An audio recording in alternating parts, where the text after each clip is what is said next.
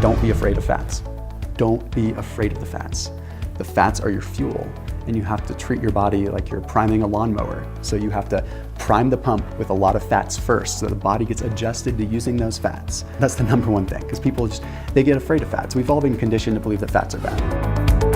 Any creature has an innate ability to have perfect health. All I am now is a detective that finds out what are those factors that's preventing my patient from healing himself, and then teach the patient to take those factors away from them, and I don't have to do a thing after that. Well, that is crazy. Humans did not evolve that they had to eat every 2 hours. If you go back thousands of years ago, people were in that feast and famine kind of thing. They would go sometimes days without eating, and they certainly weren't snacking all day long.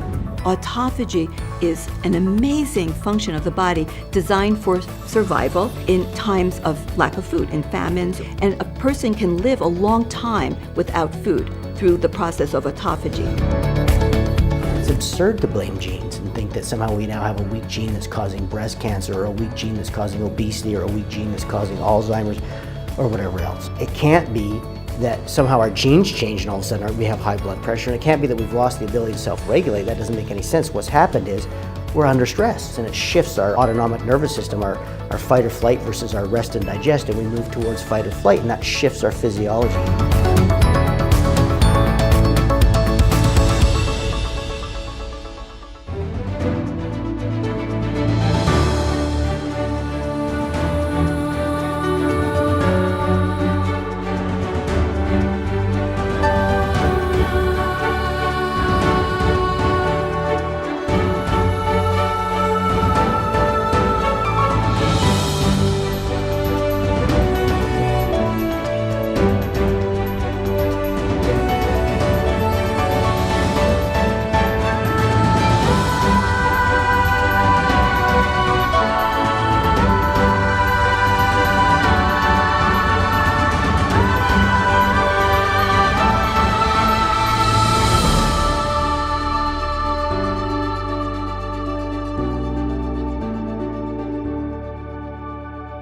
Well, welcome to another edition of The Real Skinny on Fat, the truth about weight loss. I'm Montel Williams.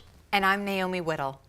And we're on our fourth day of an amazing journey into the fascinating world of health and nutrition, and we're so lucky to have Naomi as our guide. Thank you. Thank you, Montel. Absolutely. Look, this lady right here, Naomi, has traveled the entire globe and met with all kinds of experts to learn about the most important issue facing our country today, and that's our health. My friend, Dr. Sanjay Gupta, calls her the wellness warrior, which is exactly the perfect name for you because that's exactly what she does. She relentlessly searches all over the planet for answers to the ultimate question. How do we live healthier, happier lives, free of disease, chronic illness, and obesity? And these are exactly the questions that we're asking ourselves. It's so confusing with the variety of different information that's out there to really understand what works for each of us and for our own health. Well, not only did you ask the questions, but now you're trying to give the answers, so let's get started. We should start talking about it. We've put together such a great group of experts. You've spoken to so many people around the world. Today, we're starting with Thomas DeLauer. Very interesting guy. I love Thomas's story because Thomas is a guy who was so obese that he was struggling and he had so much shame. And fast forward, he's on the front of Men's Fitness as a fitness model. That's his real story. But okay, so how did he accomplish this? Well, he's going to tell us. Okay, let's take a look at this. Really excited to have you here today. Can you tell me your name and a little bit about your background? Yeah, my name is Thomas DeLauer, and my background actually was in, believe it or not, the healthcare world. My background, even though it's not what you would see today on the internet, it's not what you would see when you watch my videos, but my background was a physician recruiter and actually had an ancillary lab services company. So a lot of what we did was provide lab services to fee-for-service doctors that were providing services on a concierge basis to patients that were paying cash and not working with the insurance system.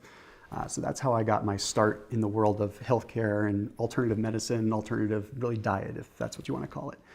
From there, my life sort of transitioned into the social media world. I learned a lot through my own transformation, losing about 100 pounds. And Wait. Okay, so let me go back here for just a second.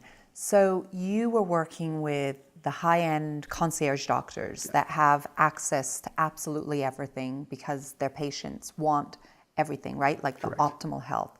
So what did you experience in those years of working with concierge doctors? It was just the cream, like was it what you would see normally, like if you went to a doctor's office? How different was it? So concierge medicine, for those that don't know, concierge medicine is where you are working with patients that don't want to be working with insurance, right? So they want to be paying their physicians cash because they feel like they're getting more of a, quote unquote, special treatment.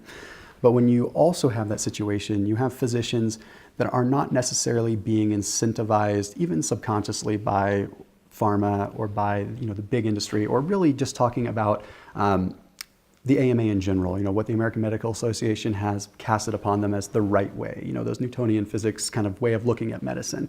So these physicians really had a different approach. And I don't like to call it alternative necessarily, because that makes it sound a little hokey, but these are doctors that truly had the best interests of their patients in mind, because they were not doing it because insurance said this was the most expensive way to bill out a patient.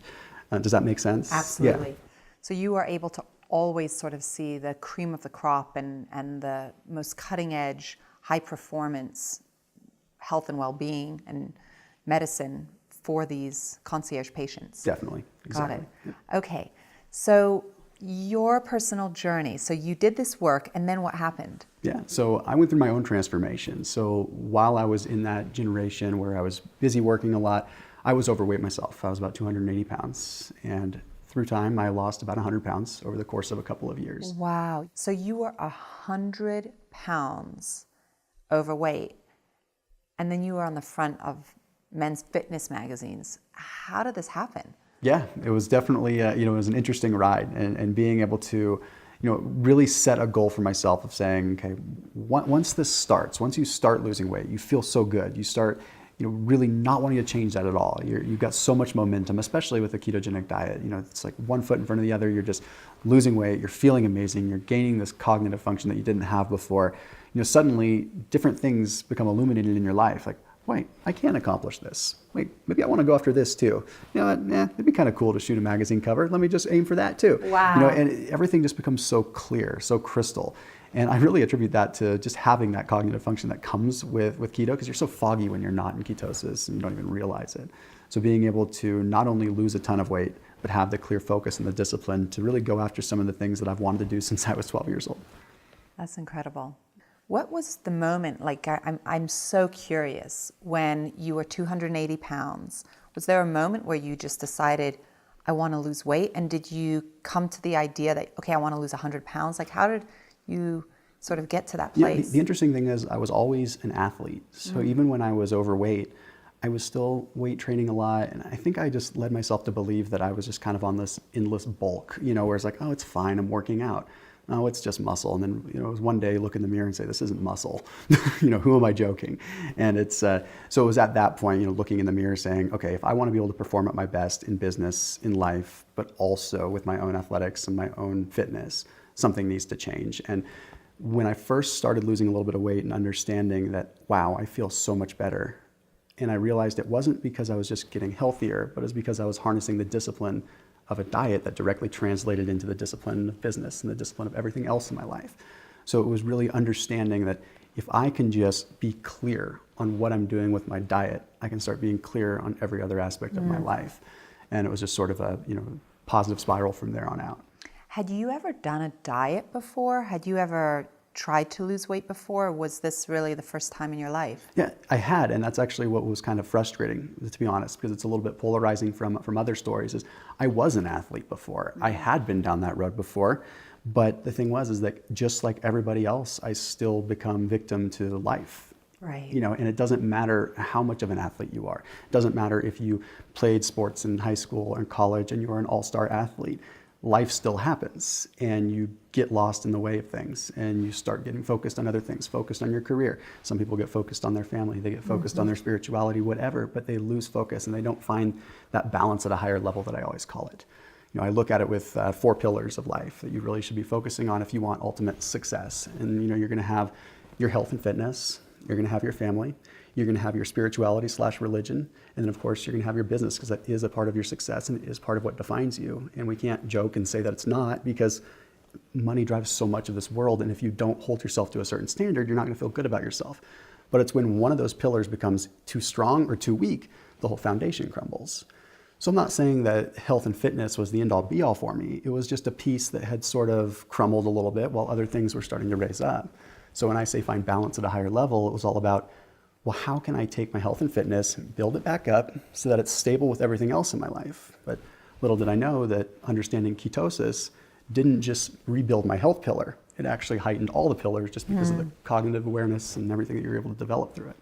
What do you develop personally through embracing a ketogenic lifestyle that you noticed probably the fastest? What were the things you noticed? Well, I mean, to really make it simple, you have a lot more clarity. And it's just because normally when you go on a diet, you have so many variables coming at you. The thing I liked the most about the ketogenic diet was it freed up so much of my headspace to think about other things in life because it really is so simple.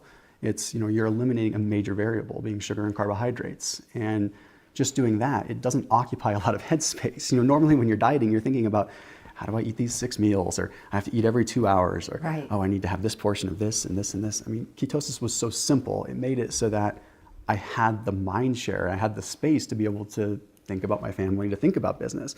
So despite all of the other physiological and cognitive benefits that happen with ketosis, I would say the simplest was just the fact that it opened up my lifestyle to something that was really achievable. And you say that ketosis is simple. So many people find it, overwhelming. They don't know where to get started. They're not sure, is this food okay? Is that food okay? Can you share with us why ketosis is simple? Yeah. I mean, when we look at it, we have 3 variables that are always moving around with our diets. And if you talk to any diet coach out there, or any person that's on the internet, they're all going to tell you it's a perfectly balanced ratio of fats, proteins, and carbohydrates. Now, you and I both know there's a lot that goes into that, and it's more than just those 3 things. But when we're looking at ketosis, carbohydrates are essentially eliminated. So when we look at the big picture of it, we're really dealing with 2 variables, not 3 anymore. And what I mean by variables is if we're trying to juggle how many grams of protein we need to have, how many grams of fat we need to have, combined with how many grams of carbs we need to have at a specific point in time, pre-workout windows, post-workout windows, don't eat carbs before bed, don't eat this with breakfast. That's mind-boggling. What if we were just able to say, if you just had proteins and fats and that was it, and you could eat those at any point in time throughout the course of the day, I mean, look how much easier that is. I mean, I'm not super good at math, but I could tell you that if we have 3 different macronutrients, there's a lot more different combinations of macronutrient ratios that we could have than if we were just eating proteins and fats, right? Removing that amount of weight of fat from your body over the course of a couple of years and all of the toxins that are part of that fat, and doing it by really focusing on, these 2 macronutrients, I can't imagine how incredibly difficult that would be, but it sounds like it really hasn't been that difficult for you. No, when it comes down to it, it was really a matter of just putting my mind to it, and again, eliminating that one variable. It's a straight shot. It's a step over step. With each time that you are really thriving in ketosis, each day that you're feeling good and you're having that mental burst, you feel better and better each day. So it's not like it's hard to lose momentum. Right. I mean, your momentum's building, and as long as you're moving in the right direction, there's nothing that's going to set you back. The nice thing with ketosis, again, I mean, the weight loss can be accelerated so much because once you get your body truly burning body fat versus just, burning just a little bit of fatty acids now and then, it just steamrolls and the weight just comes off because that's the fuel source for your body. And again, you're getting your body utilizing fats and proteins. And if you have a predominant source of fat on your body, that's going to become the fuel source. So as an athlete, how do you look at the ketogenic diet and maintaining muscle and really focusing on being able to be an athlete? How does that relate for you? Yeah, you bring up actually a good point because one thing that I deal with on the internet a lot is a lot of people saying that ketosis is not good for the athlete. And people will say that day in and day out, and it's okay because most of the time, what we're understanding, what we're hearing out there is that we need carbohydrates for fuel, and it's been kind of ingrained in our system. It's ingrained in our brain that carbohydrates are what do it. But the fact is that there are so many different things that happen in your body when you're in ketosis. The simplest way that I can explain it, Naomi, is when you have carbohydrates contain 4 calories per gram. Fats contain 9. Well, if you really think about it, if you've switched your body over from utilizing something that has 4 calories per gram over to something that has 9 calories per gram, That's a lot more energy density. So you're dealing with something that has much more energy per gram. So therefore, once your body is truly utilizing those fats, it's very, very energizing. You have a lot of energy for working out. You have a lot of fuel. And I think that people that feel that ketosis doesn't give you that athletic burst, they're usually people that haven't gone deep into ketosis and truly understand the benefits of burning fat as a source of fuel. If you were to describe sort of burning fat versus burning glucose for fuel, how would you describe that for us? Yeah, I would simply say that burning fat is like burning jet fuel, and burning carbohydrates like burning 87 octane fuel with a bunch of cruddy additives that are going to just make your system run poorly. So, like, if we had a car and we're putting gas in, how would it work? Yeah, that's perfect. Okay, so I'm kind of aging myself here a little bit, but if you look at the old Volkswagen Bugs, they didn't have fuel gauges in them, right? Okay, so they used to have, you run out of gas and then you get a notification that it basically switches over to a reserve tank. Think of your body like that. You've got all these carbohydrates that are stored up in your body. That is your gasoline tank, okay? You've got 87 octane regular pump fuel in your body's fuel tank.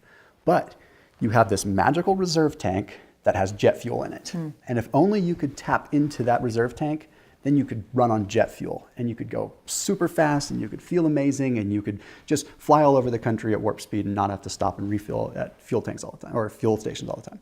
Okay, but let's take a look at what you have to do to get there. First and foremost, you have to burn through all of that fuel to be able to access the reserve tank. So you drain through that tank, and then your body switches gears, and now all of a sudden you've run out of carbohydrates, your 87 octane, and you're using fat. You're now using jet fuel.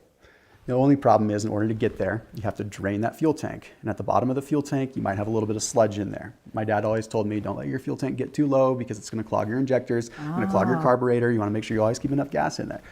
So that scares people away at first because they go low carb and they sit in that low carb area, but they never go past the low carb area and get into ketosis. And that's how you access the jet fuel. So people that are sitting in the low carb world and not necessarily going into the keto world, they are gonna have diminished performance. They aren't gonna feel good because they're running on sludge and their injectors are clogged. But if they push it just a little bit further and they do it right and they get their fats timed right and they really do their research, their bodies are gonna optimize and they're gonna drain that tank and you're gonna go to that jet fuel and you'll never wanna go back. What are the keys to making sure you don't stay in that sludgy space? Like, what would be the couple of things that you could share with us that would prevent so many people from being in that space? Number one, don't be afraid of fats. Don't be afraid of the fats. Okay. The fats are your fuel, and you have to treat your body like you're priming a lawnmower. So you have to prime the pump with a lot of fats first so that the body gets adjusted to using those fats. And that's the number one thing, because people they get afraid of fats. We've all been conditioned to believe that fats are bad. So as soon as we start having to increase our fats, despite the fact that carbohydrates are low, kind of freak out a little bit. So if you want to get your body into that state, you have to prime it first. You have to teach your body that it's okay to have these fats. It's okay, you're not gonna die, you're not gonna hurt yourself, you're gonna have these fats and your body's gonna learn to run on them. The second thing that's gonna be really, really important is make sure that you're dialed in for the first 7 to 10 days, especially. When you're starting a ketogenic diet, that's the most important time, the first 7 to 10 days. I really think everyone should be disciplined on a ketogenic diet because it's pretty black and white anyway. No carbs allowed, that's pretty simple. But when you're first transitioning to ketosis, that's the most important time. If you're gonna screw up after the 10 days, because those 10 days are what allow your body to learn that that's how you're gonna run from now on. You say, fat's our friend, it's a good thing. How do you look at all different types of fats? Yeah. So fats are interesting. Again, we've all been led to believe that fats are terrible. And the thing is, there's a small handful of fats that are bad that have given all fats a bad name. And that's the problem. And those are the good old-fashioned trans fats, the non-naturally occurring trans fats. There are some trans fats that occur naturally, but the non-natural occurring trans fats, those are the things that are the hydrogenated fats, those things like that. Those are truly bad, but it's important that we know that those aren't natural fats. Those are adulterated. Those have had hydrogen molecules injected into the process to make a non-saturated fat a saturated. But that merits a quick explanation of a saturated versus an unsaturated. So let me explain that real quick. A saturated fat has multiple hydrogen bonds, meaning that there are so many hydrogen bonds that that fat is literally saturated. That's exactly why butter is solid at room temperature. It's exactly why coconut oil is solid above 72 degrees. And what I want you to understand with that is that means it's stable. okay, the more structure that it has, the more stable it is. It doesn't mean that it's just going to immediately clog your arteries. It has nothing to do with that. It's a stable fat. Okay, so then when we look at what's called a monounsaturated fat, that's going to be something like avocado oil. Okay, so avocado oil is going to be a monounsaturated that has one bond that does not have a hydrogen bond. So it's almost saturated. And when you have that, you have something that's very, very stable, but not quite as stable as a saturated fat.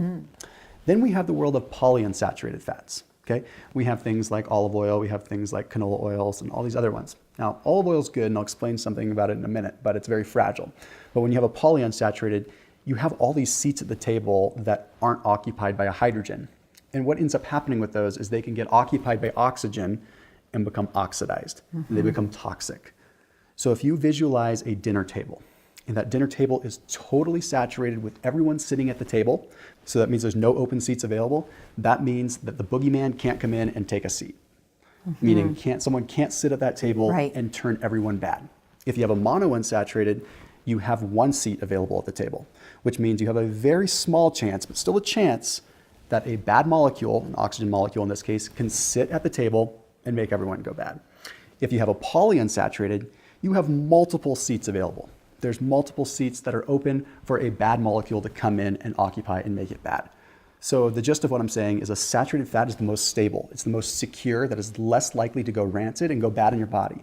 A monounsaturated is slightly likely to go rancid, but not that bad. A polyunsaturated is very unstable. We're talking about the canola oils and things like that. So no, not all fats are created equal, but we have to understand how they really work in the body. Thank you. That was awesome, and it really helps to visualize. 90% of us are visual people, and so that's a great visual, and I'm sure everybody that's hearing this and watching this is going to keep that in their mind. So thank you so much for that. So with the polyunsaturated fats, how do you use them, and how do you work with them to sort of protect your body? Yeah, so polyunsaturated fat, we just have to remember they're delicate little flowers. Yeah. Okay, we have to treat them like they're just super fragile. We don't want to disturb them. They're So which are your favorites of the polyunsaturated? Yeah, so I'd say, like an olive oil is going to be a good one. That's a very, very good one. And the thing with olive oil is it's high quality, but since it is so fragile, you never want to heat it. And you see people talking about cooking with olive oil. And I love it because people are taking a step in the right direction. That's great. That's totally better than cooking with, canola oil or some of these other oils. But the thing with olive oil is, although it's very healthy, it's unstable. It should be put on food that's room temperature or slightly warm, because once it's heated, you're breaking apart. You're breaking apart that fragility of it, and you're making it so that it actually goes rancid, and it's not having a good effect in your body. So what do you say to people who want to do ketosis, but maybe they don't want to eat meat and cheese the whole time? No, you bring up another really good point, because that's probably one of the biggest gripes that I have with people understanding ketosis right now, is they seem to think that it's all about eating meat and cheese. And that's just the thing, is the true ketogenic diet should be more like a 3-to-1 or a 4-to-1 ratio of fats to protein. That's not a ton of protein. Yeah. You don't need to be eating copious amounts of protein. All that's going to do is mess up your kidneys, and you don't need to be consuming that much. So it's really a matter of getting more of the fats in, which you can get through perfectly healthy plant sources: avocado oil, macadamia nut oil, olive oil, coconut oil, palm oil, all these things that are great and awesome and plant-based. And then you can have small amounts of protein. You don't need to be eating the greasy burgers all the time. You don't need to go and get 2 ribeye steaks.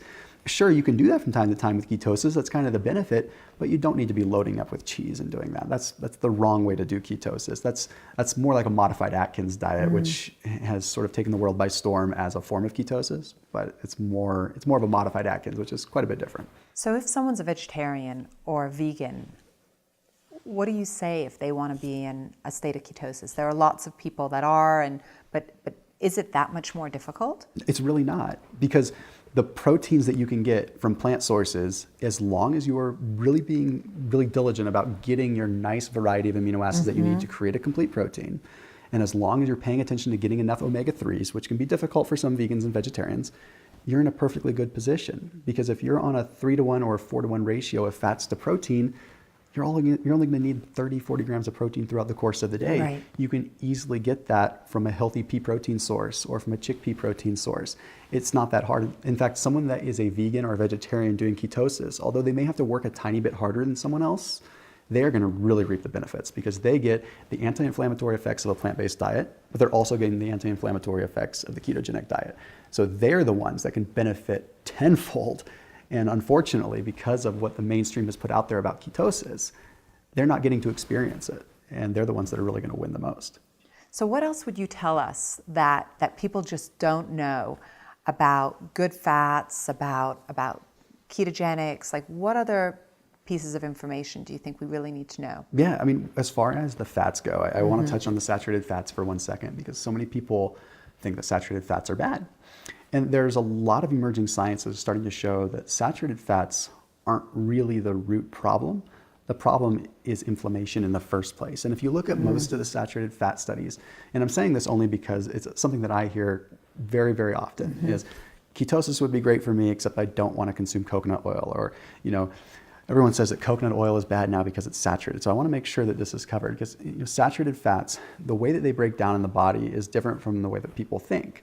You see, if we have inflammation in our arteries already, that's when saturated fats can become bad. So if we have a history of consuming a lot of sugar in conjunction with fats, that's when you're triggering inflammation in the arterial wall. We have cells in our arteries, and those cells have LDL receptors. And that LDL cholesterol is not necessarily bad, but what ends up happening is when the LDL actually reacts with the LDL receptor, sometimes it can send a signal that triggers inflammation. And it's the inflammation that causes the issue in the artery, not the actual fat literally clogging it. So it's important that people know that if you can reduce the inflammation in your body, which you can do by a ketogenic diet and which you can do by reducing sugars, suddenly fats are much less ominous. So you talk about inflammation. Can you tell me a little bit more? Yeah, so inflammation, the simplest way to break it down, if you've ever bumped your elbow, you bumped your knee, or you've gotten a cut or a scrape, you know how it gets all swollen and red? Well, that's known as acute inflammation. That's a form of inflammation, but it's happening very fast and it's happening in response to an injury. Well, we actually have what's called chronic inflammation that's occurring cellularly throughout our entire bodies. And it's usually in response to some kind of either trauma or something that we really shouldn't be putting in our bodies. And the problem with today's food, Naomi, is that so much of the food we shouldn't be consuming. There's so many additives, there's so many things. Sugar, glucose is inflammatory in and of itself, and it's triggering our cells to have this massive influx of inflammation. And it's making it so that our body's immune systems are having to focus on fighting the cut or scrape inside our bodies versus being able to help us become healthier. So our immune systems are suppressed, we're immunosuppressed. Our bodies are always in this constant state of fighting a disease in our body that we may or may not know exists. And if we walk around feeling really lethargic all the time and feeling foggy and feeling tired, there's a very good chance that inflammation is at the root of that. And we don't even know it because we are seemingly healthy otherwise. We just have this little micro infection or these little things going on inside our body. And ketosis is so big when it comes down to modulating inflammation in the first place. That's one of the main reasons that my wife is on it, one of the main reasons that I'm on it today. So tell me about fasting and what is your relationship to fasting and what do you think is the best way to do it? Definitely. So it's a perfect transition. What a lot of people don't realize is that ketosis and fasting are almost the same thing. Fasting, obviously the big difference being that you're fasting, you're not eating, but the mechanism of action within the body is actually very similar. I don't know if you knew this, but the ketogenic diet was discovered as a way to emulate or mimic fasting. Yes. So it's, if we go back to the 1920s, we saw that doctors were struggling trying to find what this amazing thing that was happening in the body was when people would fast. We were finding lower instances of epilepsy. We were having neurodegenerative diseases that were correcting themselves through fasting. And these doctors were saying, well, okay, this is amazing, but what's going on in the body? Well, ultimately they find out that the common denominator is ketones are produced. And we produce ketones when we're obviously in ketosis, but we also produce ketones when we're fasting in an even more accelerated rate. So fasting, for so many different reasons, is such a huge, huge, huge tool for just about anyone to use as a way to get healthy. Not just lose weight, but to get healthy.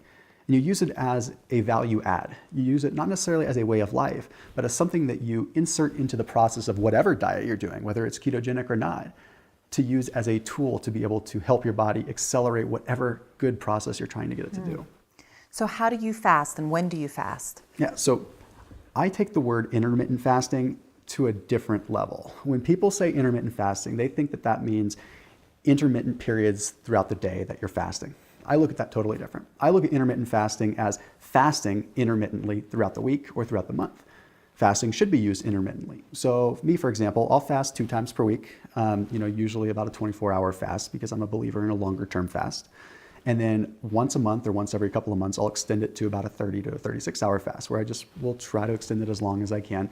I don't push it really, really long just because I don't have much of a need to or desire to right now.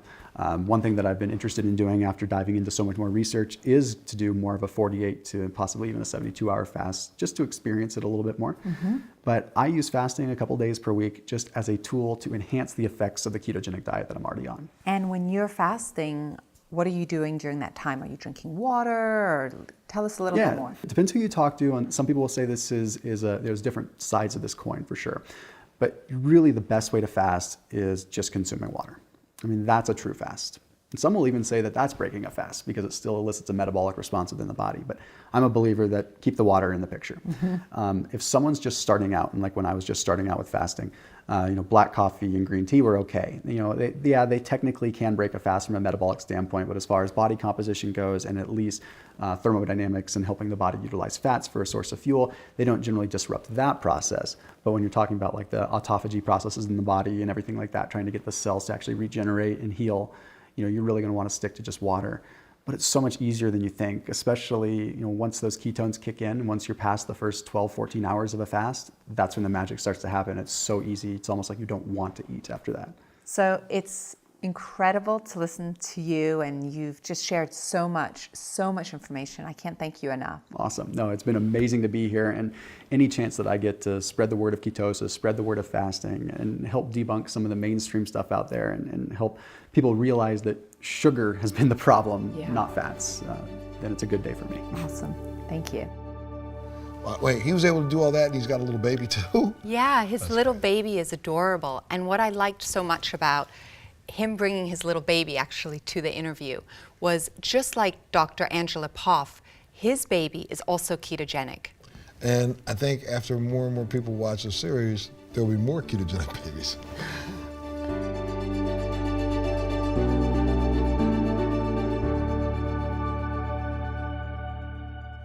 So tell me a little bit about Dr. Gundry.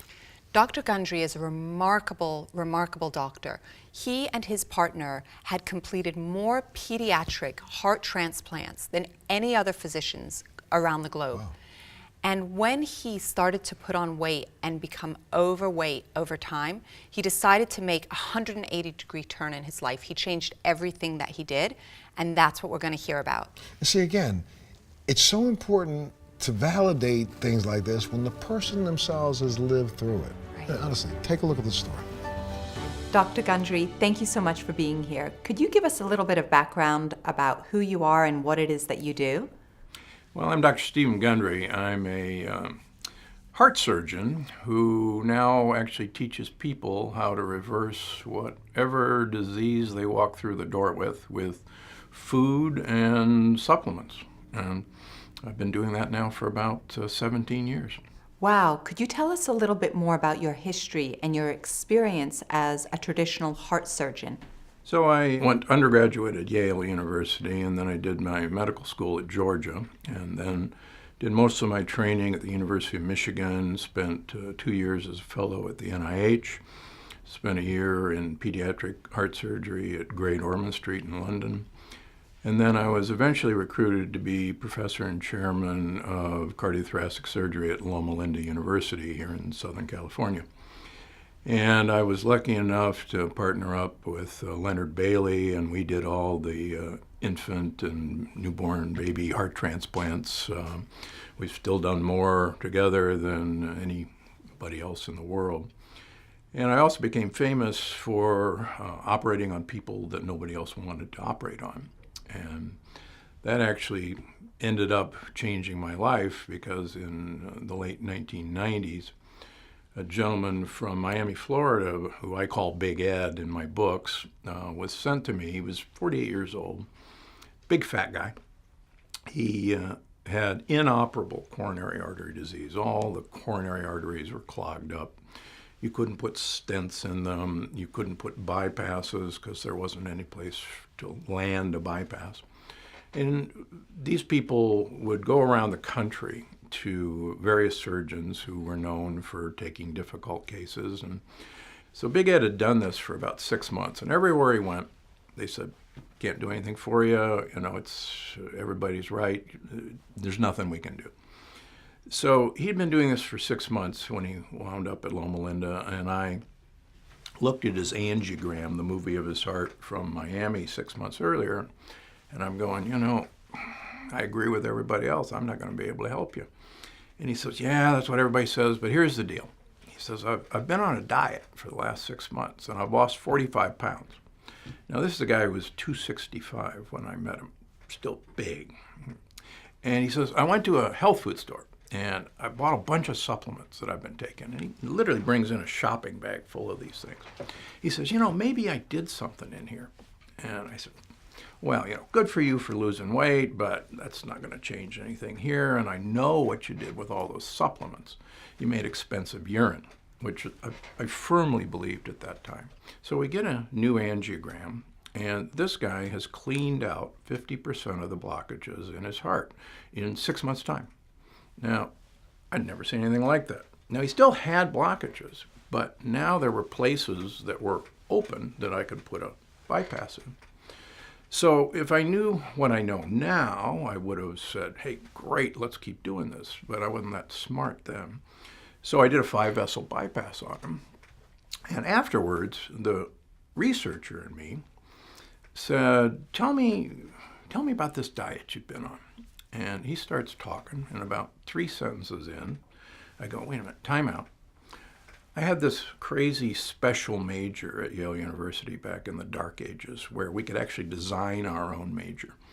And we had to defend a thesis. And my thesis was that you could take a great ape, manipulate its food supply, and manipulate its environment, and predict you would create a human being.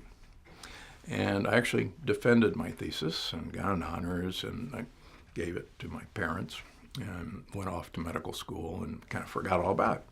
And as Big Ed is describing his diet, I go, whoa, you know, wait a minute, this is my thesis at Yale. Now, why that's so interesting is that as I'm talking to Big Ed, I was an obese heart surgeon who weighed 228 pounds, despite running 30 miles a week, doing half marathons, 5K, 10Ks on the weekends, going to the gym 1 hour every day, and eating a healthy, low-fat vegetarian diet because Loma Linda is an Adventist institution.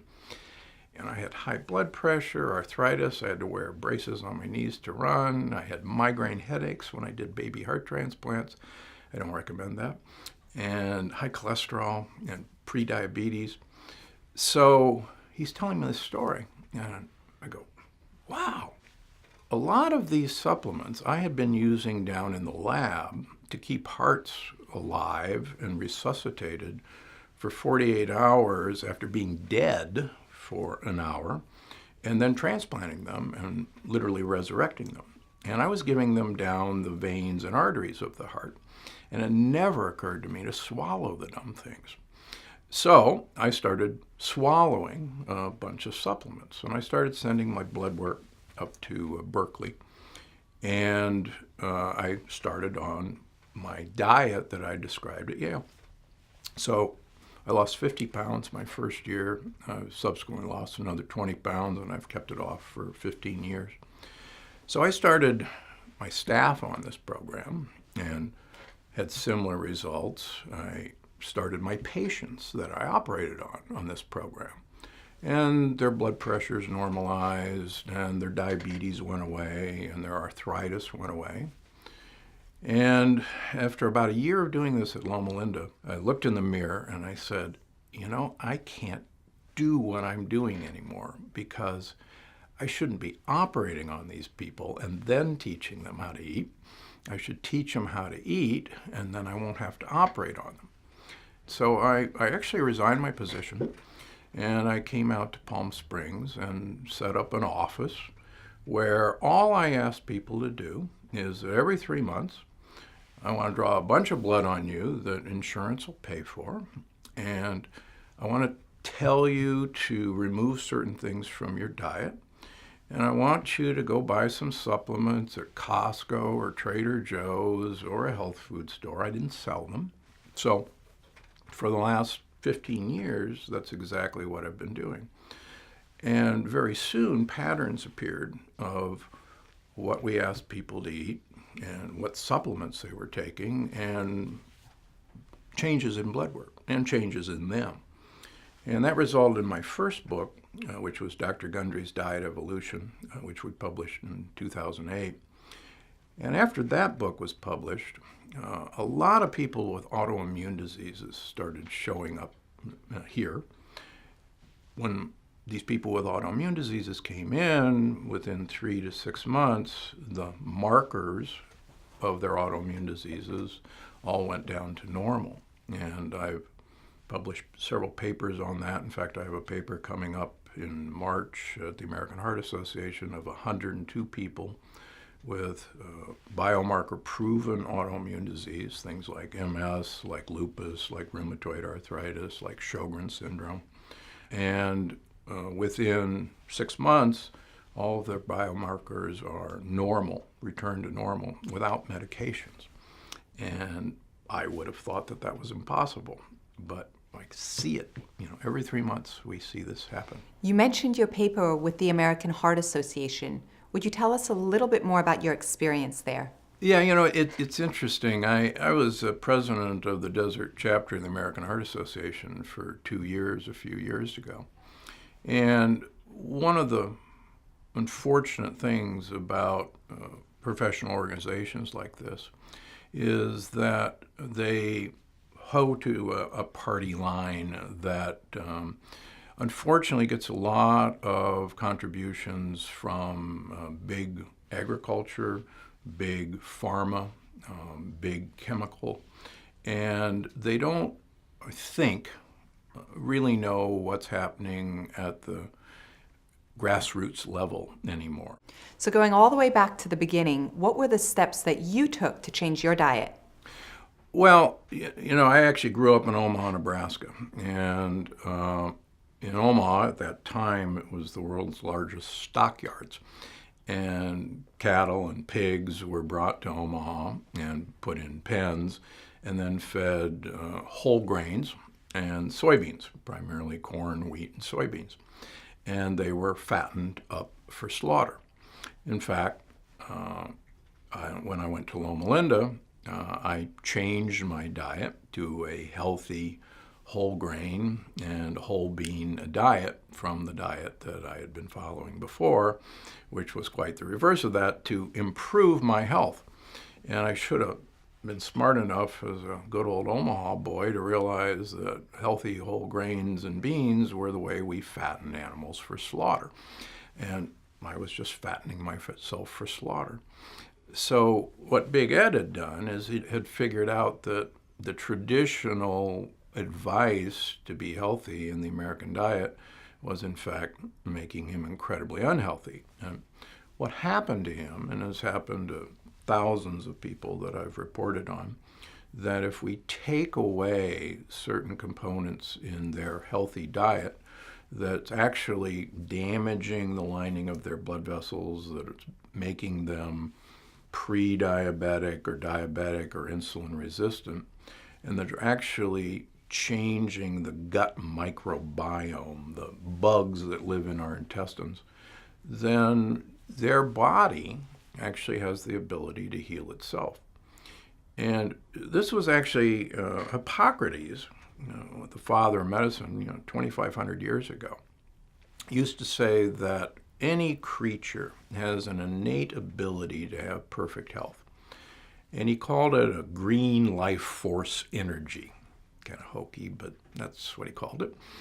And the purpose of a physician was to identify the external factors that were preventing that person from healing itself and to remove those factors, and then the body would take care of itself. And the longer I've been doing this, he was absolutely right. So all I am now is a detective that finds out what are those factors that's preventing my patient from healing himself, and then teach the patient to take those factors away from them, and they'll take care of everything else. I don't have to do a thing after that.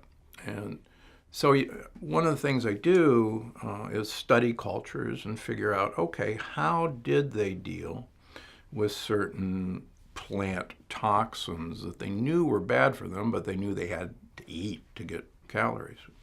And that's where I started investigating lectins. You spoke about vegetables and lectins. How is it as a society that we got to the point where we thought all vegetables are good for us? You know, we were taught that plants were put on this earth to nourish us. If we look from evolution, they were here for about 80 million years on Earth before animals, insects arrived. So they had it really good before animals arrived because nobody wanted to eat them. And we have to understand that a plant has a life, and plants do not want to be eaten. They want to grow, and they want to see their babies, their seeds grow. Just the principle of evolution applies to plants as well. So when animals arrived, they had a problem because plants were stationary. But what they could do is they're chemists of incredible ability. So they use chemical and biologic warfare to make or dissuade their predator from eating them by either paralyzing the predator, by poisoning their brain, making their brain not work properly, actually making them depressed or anxious, or making them hurt. Now, a smart predator says, you know, every time I eat this plant or this plant baby, I don't feel very good, I'm not reproducing as well, I'm going to go eat something else. The plant wins, the animal wins, everybody's happy. Then humans arrive. The problem with humans, as all of us know, is we're pretty stupid. So when we eat things that make us hurt or make me put braces on my knees so I can keep running, or take a Prilosec or Nexium so I can eat a pizza without having heartburn, I am not smart enough to realize the plant is actually trying to get my attention. And if I'd pay attention, I wouldn't do those things. I always remind myself that if somebody's telling me they're taking Nexium or Prilosec or chewing Tums for their heartburn, that if I just take away the plant foods that they're eating that's causing it, their heartburn will be gone. And we see this over and over again. And so lectins are one of the main plant defense systems. And what are lectins? Lectins are a protein that likes to stick to sugar molecules, and they're sometimes called sticky proteins. They were discovered in the late 1880s as a way of typing blood. And it turns out that blood types are determined by taking a lectin and throwing them in some blood, and the blood cells agglutinate. They all stick together because they're bound together by these lectins. And depending on the lectin that you put into the blood, you can tell whether somebody's a type O or a type A or a B. Now, interestingly enough, that's one of the main defense systems of plants. So, for instance, 5 raw kidney beans or 5 raw black beans, if you eat them, will actually, in many people, agglutinate their blood, cause your blood to clot. My research and a lot of other people's research has shown that lectins, particularly a lectin in wheat, called wheat germ agglutinin, and there's that word agglutinate again, actually attracts our immune system to attack the lining of our blood vessels. And now we're coming full circle around to why maybe healthy whole grains aren't a good idea if you want to have good health. So what kind of foods are we often eating that have lectins, and what are you having your patients avoid? Yeah, so human beings actually did really well up until 10,000 years ago. We ate primarily a diet of leaves and tubers like sweet potatoes or yams. And we actually ate a lot of fish and shellfish. It's a subject of an upcoming book. And yeah, we ate animals as well, but 10,000 years ago, with climate change, the glaciers disappeared and we entered a warming period where all the big animals like mastodons and elephants disappeared. And we started growing crops. And we started growing grains, and then we started growing beans. Now, there's no evidence that any great ape has ever eaten grains or beans because they're so toxic with lectins that unless you cook them, they're quite lethal. So we started growing grains and beans. Human beings shrunk almost a foot in 2,000 years after we started growing grains and beans and eating them. And our brain actually shrunk 15% from its high, and we actually have yet to catch up. So that was a major change in human diet, grains and beans. And it's documented in the record of anthropology and archaeology. The second thing that happened is that 2,000 years ago, Northern European cows suffered a genetic mutation. And they made a lectin-like protein in their milk called casein A1. Casein A1 is a lectin that attacks to the pancreas, which makes insulin. And there's really good research coming out of particularly China that casein A1 is a major cause of type 1 or juvenile diabetes. And incidentally, we're seeing a huge increase of juvenile diabetes, type 1 diabetes in adults, and a lot of it's laid at casein A1. Back to casein A1. Casein A1 cows are hardier, they give more milk, so that almost all cows in the world, including ours, are the wrong breed of cow. The right breed of cow is casein A2 cows. They still exist in Southern Europe, in France, Italy, Switzerland. But Northern European cows, Australian cows, New Zealand cows, American cows are all the wrong breed. Even if they're grass-fed, they still have a lectin, casein A1. Most people I've found who think they're sensitive to milk or they're lactose intolerant, they're actually sensitive to casein A1. Third thing that happened was that 500 years ago, all of us for the first time were exposed to American lectins. And some of them are really surprising. The nightshade family, potatoes, eggplant, tomatoes, peppers, and goji berries. Goji berries are not from China. They're actually American. They were taken to China in trade, and they flourished. They were called the wolfberry in America. And then the American seeds and nuts. So pumpkin seeds, sunflower seeds, chia seeds, and the American beans, peanuts and cashews. Peanuts are a bean, they're not a nut, and they are nasty for making us attack our blood vessels. Cashews, the darling of everybody right now, are actually part of the poison ivy family. And the dermatologic literature is full of examples where rashes and upset stomachs were actually caused by people eating cashews. In fact, cashew pickers actually have burns on their hands from the lectins in cashews. So you wouldn't believe the number of people with rheumatoid arthritis that I see that cashews is one of their big mischief makers. So your practice began to grow as you started to get major and incredible results with your autoimmune patients and really experimenting with them. Have you seen any other results with cancer patients, with other disease states? And can you tell us a little more?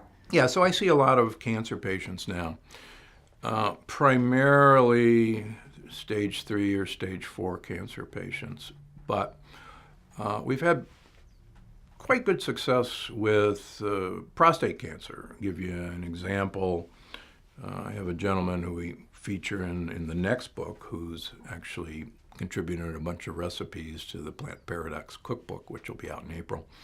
And he's now, I think this is his 4th year out, with aggressive prostate cancer that has actually shrunk in size over the past 4 years without any treatment except diet.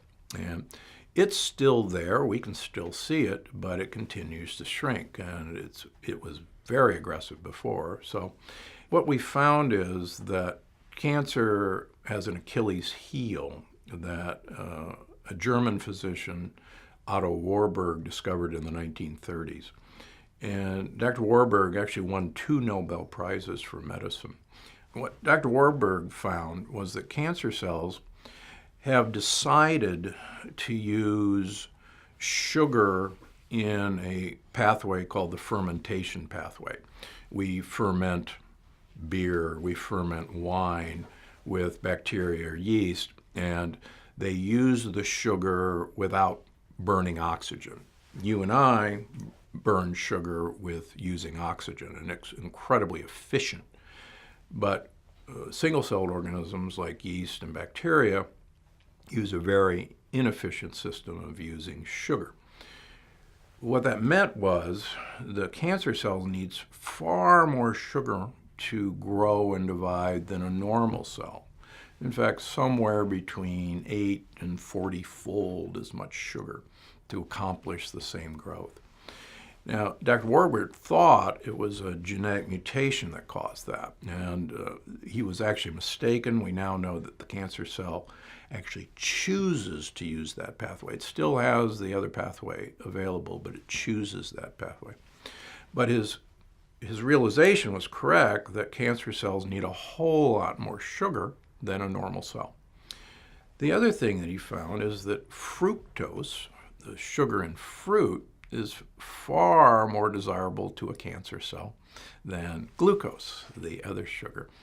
And one of the things that I did very early on in my cancer practice is take fruit away from patients with cancer, and also seeded vegetables, because any vegetable with a seed is actually a fruit. So a cucumber is not a vegetable, it's a fruit. A squash is not a vegetable, it's a fruit.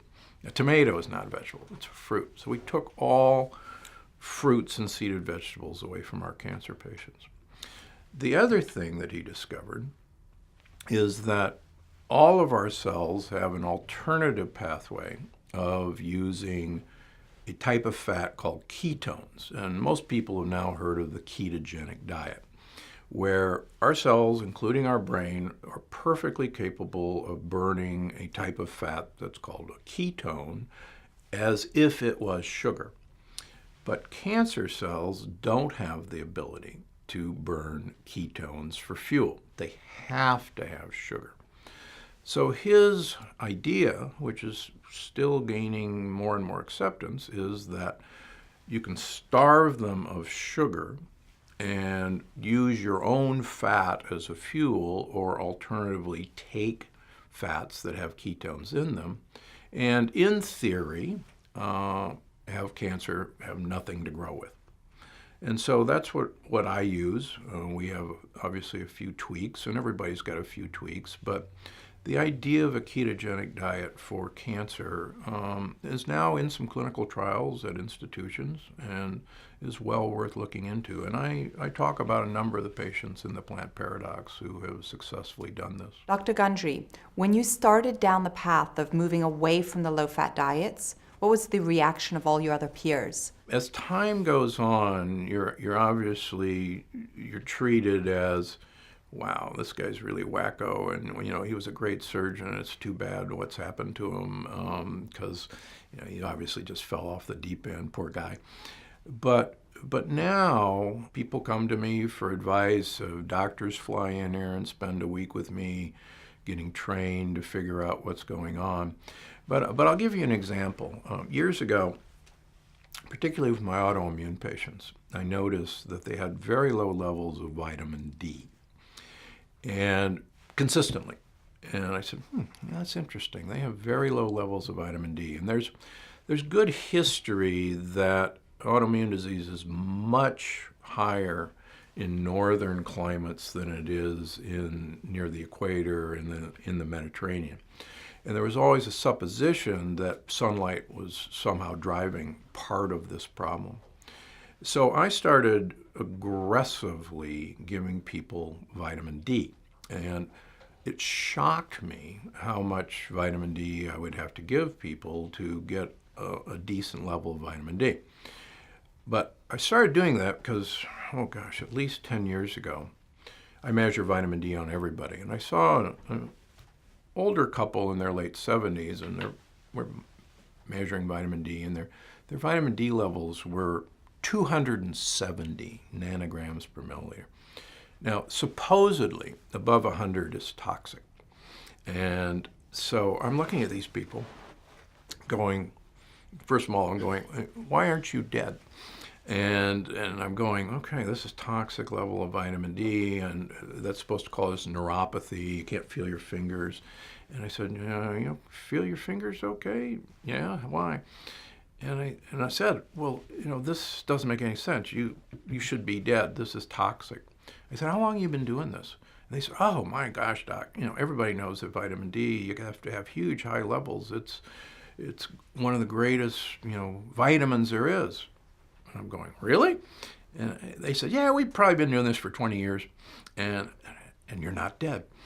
So I don't give anybody anything that I won't try on myself first, a supplement, anything. So I started pushing my vitamin D levels up to above 120. And I've done that for 10 years now, and I do it more than anything just to prove that I'm not dead yet. And so with my autoimmune patients, I would start pushing their vitamin D up to at least 100. And it might take 10,000, 20,000, 30,000, 40,000 international units a day to get their vitamin D level up. So only in the last few months, there have been an amazing accumulation of literature that one of the real mischief maker actors in autoimmune disease is what's called a T cell. It's a white blood cell that is resistant to the effect of vitamin D in autoimmune patients. Normally, vitamin D makes the T cell calm down and relax and not go get interested in attacking anybody. And some beautiful new research shows that autoimmune patients, the T cell doesn't listen to vitamin D unless you have very high levels. So just from an observation standpoint, for over 10 years now, I was lucky enough to make a connection that this low level of vitamin D and pushing it up to a very high level was helping my patients with autoimmune disease. And a recent paper, getting back to this older couple, shows that the higher your level of vitamin D, the longer your telomeres are as you get older. And long telomeres, of course, are one of the secrets of successful aging. And lo and behold, it turns out a human study shows that those people with the highest levels of vitamin D have longer telomeres compared to the people who have the lowest levels of vitamin D. So vitamin D is really good for you, and you don't have to be afraid of it. So let's talk about no fat, low fat, even the good fats, and the wave that we're on right now and how that came to be. I want to go all the way back to cholesterol and statins. Ansel Keys was really one of the main figures in the low-fat movement. So Ansel Keys did a study, which is infamously called the 7-country study. He actually studied 21 countries, and he looked at the things they ate. Now, this was post-war, World War II Europe, and also Japan. And he made an interesting graph. He cherry-picked his points that suggested, and in his mind strongly proved, that the more saturated fat that was in a country's diet, the higher the rate of heart disease, and the less saturated fat in the diet, the lower the rate of heart disease. And that had a huge influence in the 1960s on the McGovern Commission, who were charged with setting new dietary guidelines for the United States. Now, coinciding with that, the nutritionists at Harvard, we now know, were being paid large sums of money from the sugar industry to prove that fat was the cause of heart disease and that sugar, in fact, was not even associated with heart disease. All this came together in the McGovern Commission that said Americans must follow a low-fat, basically high carbohydrate diet to prevent heart disease. And couple that with the Department of Agriculture wanting to increase farm production, we were bombarded with huge amounts of products that were based on corn and wheat and grains that farmers could get a subsidy for. And things like coconut oil or saturated fat from animals was, the anathema of what we should eat. If you look back, you can actually see that there's an increasing trend from that moment onward in the rates of obesity and diabetes that track beautifully our carbohydrate consumption, even though our fat consumption was going down. And the rates of heart disease, rather than going down, continued to go up. So the American Heart Association and the American College of Cardiology met. They had 8 physicians, several of whom I know, who were charged with making cholesterol guidelines, that cholesterol must be the evil culprit that's causing heart disease, and that we need to get cholesterol down. Early on in my practice, it was primarily to treat heart disease because I'm a heart surgeon. And I noticed that my patients who were eating a healthy low-fat diet had a fat in their bloodstream called triglycerides. And triglycerides are actually the first form of fat that we make from sugars and starches. It doesn't come from eating fat. I could put you on a 100% fat diet and your triglycerides would be 20. So when I started looking at the guidelines of what triglycerides should be, the upper limit is 150. Now, I'll use a personal example. When I started my program, I had a triglycerides of 166. Little above normal, nothing to be worried about. I had an LDL, the so-called bad cholesterol, also of 166. Now, it's supposed to be below 100. My HDL, the good cholesterol, was 32. And I can tell you that's really low. And I was told that, oh, you poor guy, your dad has the same profile and it's genetics and there's nothing you can do about it. And we should put you on a statin drug to lower your LDL. So when I met Big Ed and I put myself on a program where I really cut out simple carbohydrates, cut out fruit, started eating a lot of avocados, started pouring olive oil on everything, and many people know me as the doc who says the only purpose of food is to get olive oil into your mouth.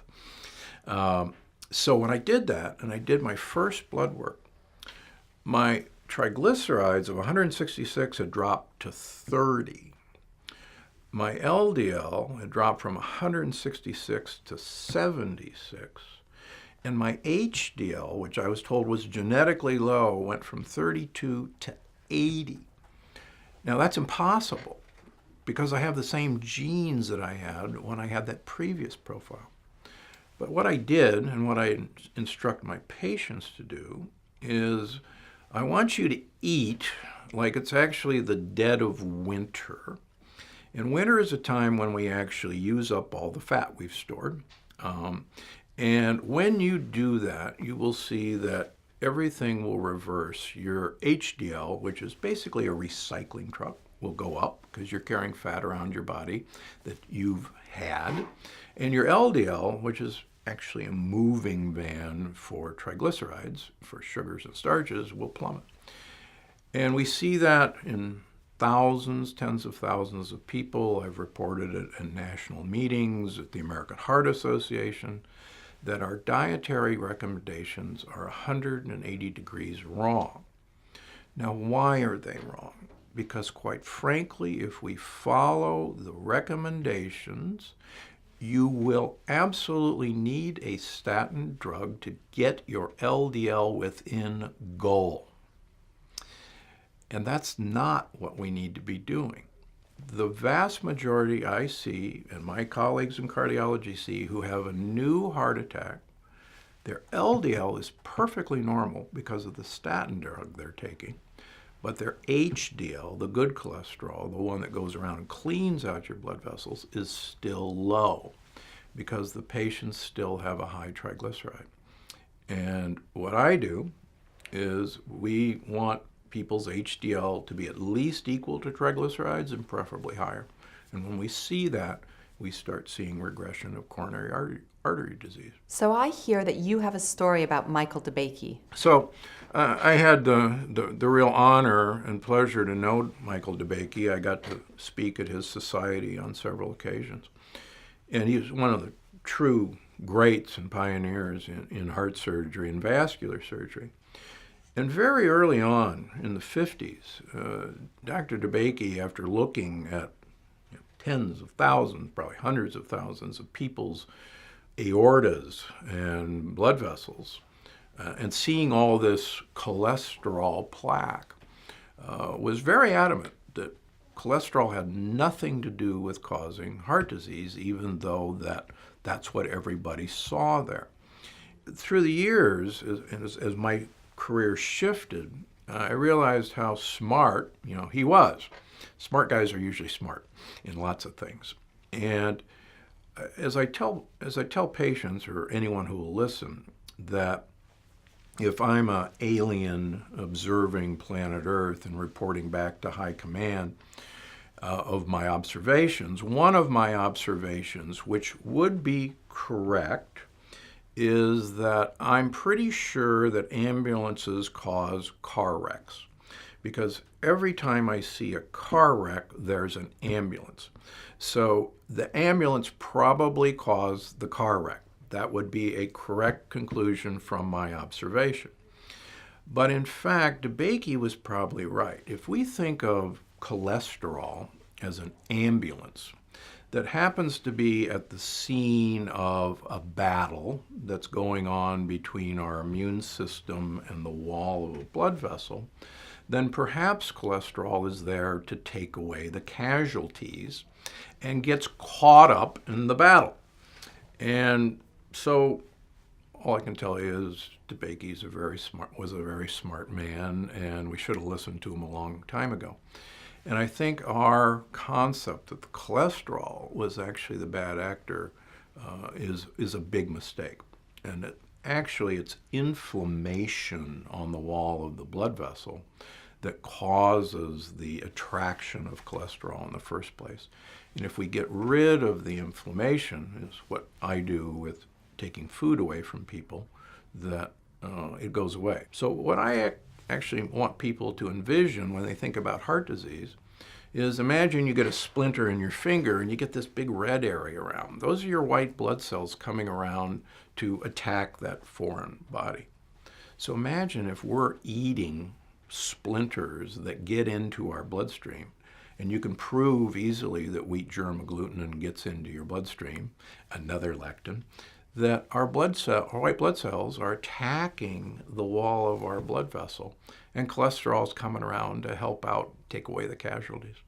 And that's where heart disease comes from. One thing that I found very surprising about your program is that you're extremely pro-vegetable, yet there's an actual plant paradox going on. Yeah, that's the reason the book's called The Plant Paradox is that plants can absolutely save your life and they can absolutely kill you. And you got to know who your friends are and who your enemies are. And it's actually easy to understand that we've had millions of years of evolution in eating plants. And the longer we've been eating particular plants, the longer our immune system has been taught by the bacteria that live in us, hey, we know these plants, we've known them for millions of years. You don't have to get all worried about these guys. We've got this handled. We've evolved to eat these lectins and just relax. But the shorter the period of time that we've been exposed to a plant, the less our bacteria have evolved to handle them, and the less our immune system understands these foreign bodies. So a lot of it, I just go back and say, okay, what did we eat 100,000 years ago that we're eating, that we're not eating now? And just ask people to go back in time. And one of the things that I talk about a lot in the plant paradox is if you look at the longest living peoples around the world, the blue zones, and I was a professor in a blue zone at Loma Linda University. The thing that unites all those different cultures is not that they're eating grains and beans. I'm sorry, Dan, it's not the uniting feature. The uniting feature is they have very limited animal protein. And it breaks my heart coming from Omaha, Nebraska, that animal protein, if you want to have an extended lifespan, is detrimental to extended lifespan and health span. And I spend a whole chapter on it, on why this is happening, and my next book will be on this paradox of how plants may be the way to extend our lifespan, and limited animal protein is the way to go. So that's the real paradox. There's certain plants that will absolutely save your life.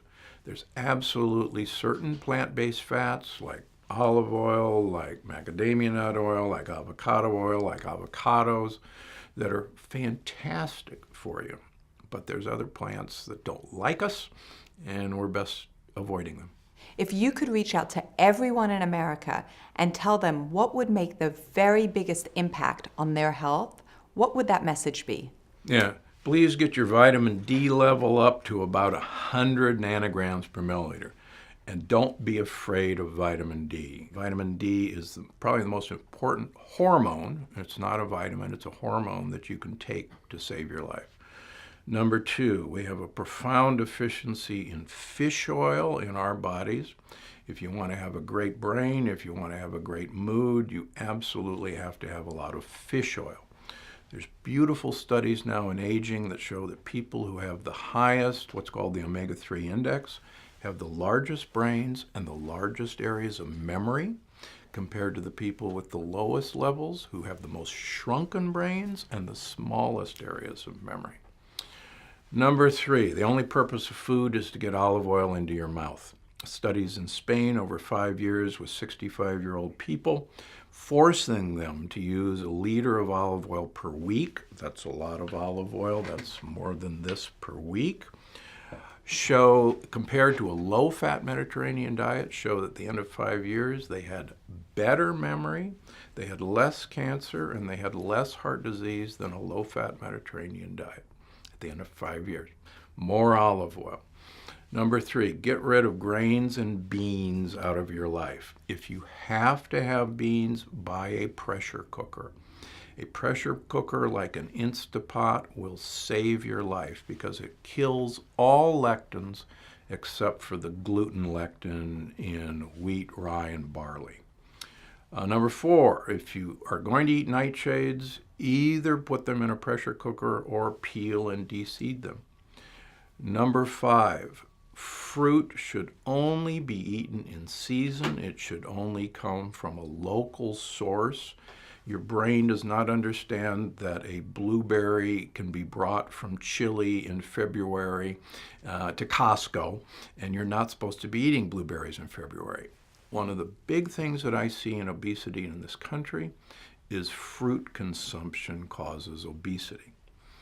The next thing, probably the final thing, is reduce the amount of animal protein that you eat. And there is a funny sugar molecule in beef, lamb, and pork that causes us to have an autoimmune attack on our blood vessels. It's got a funny name called New5GC. I talk about it in the book.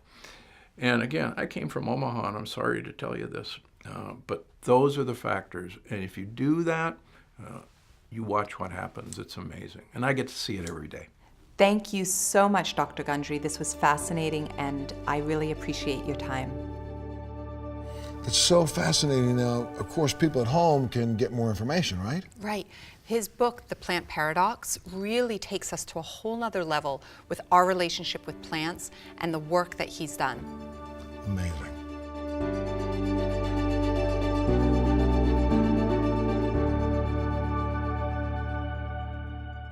Now, our next guest is very interesting because you have a personal connection, and let me tell everybody about it.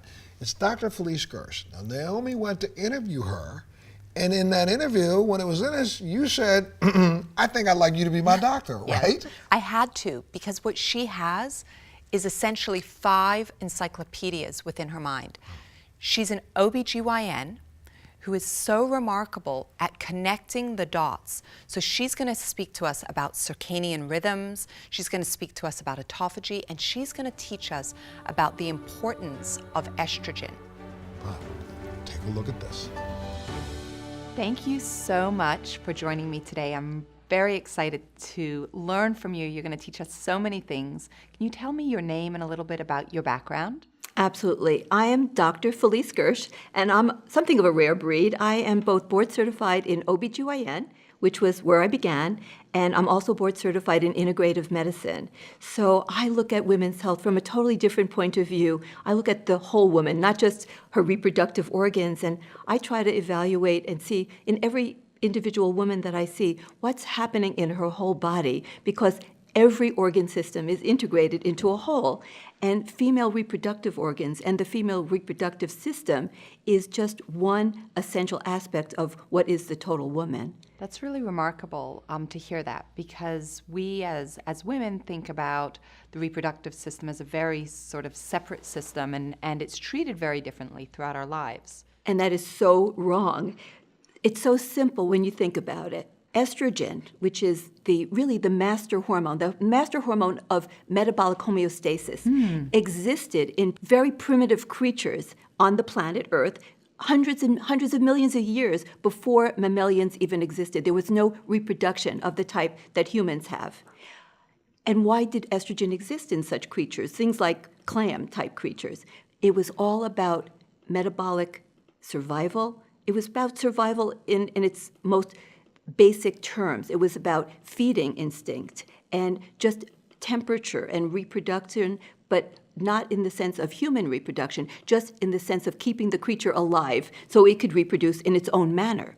Then as evolution proceeded and mammals became present on Earth, estrogen developed a new feature, a new function, which was the part about, reproduction in terms of menstrual cycles and ovulation.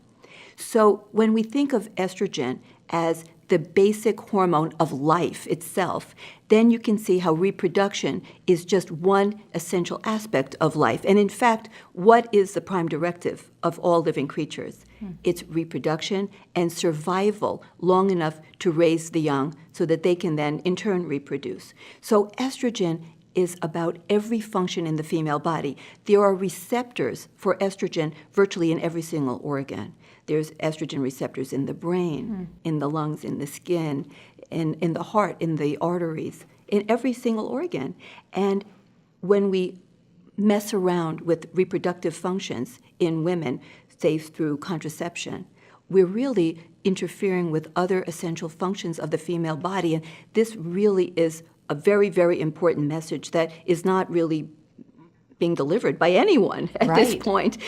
Because reproduction is intricately involved with every other function of the female body. Very, very interesting. So when we think about the foods that we should be eating and the diets we should be consuming, there's so much confusion, right? There's so much confusion. How do you relate what we should be eating to our estrogen levels and our reproductive system? We can't create energy. We can't heal wounds. We can't do anything without having the proper nutritional foundation in our bodies. And so we need to have the whole array of nutrients, micro and macro. So we need to have food that is really full of polyphenols and vitamins, and we're not getting that when we eat this processed junk that's really become the mainstay of the American diet. So you need to have, for one thing, and this is really not discussed at all, cholesterol is so precious to the human body that it has a mechanism for recycling it. So, and of course they created pharmaceuticals to try to block that mechanism, because cholesterol can be excreted in the stool, but it can also be recycled and pulled back. So cholesterol is essential for cell membranes, for the brain, and for creating steroid hormones. If you look at a total cholesterol, you don't want it to be under 150. And we have this push to make it zero. You don't want to have a zero. So you need to have some animal protein. I do talk about vegan diets as sort of a bridge to health in women who are very, very unhealthy with their microbiome. Because there's now data that if you have a very unhealthy microbiome, you actually cannot process animal protein properly. And you can actually create toxins like TMAO, which has been studied, which is both a toxin in itself and a marker of cardiovascular risk.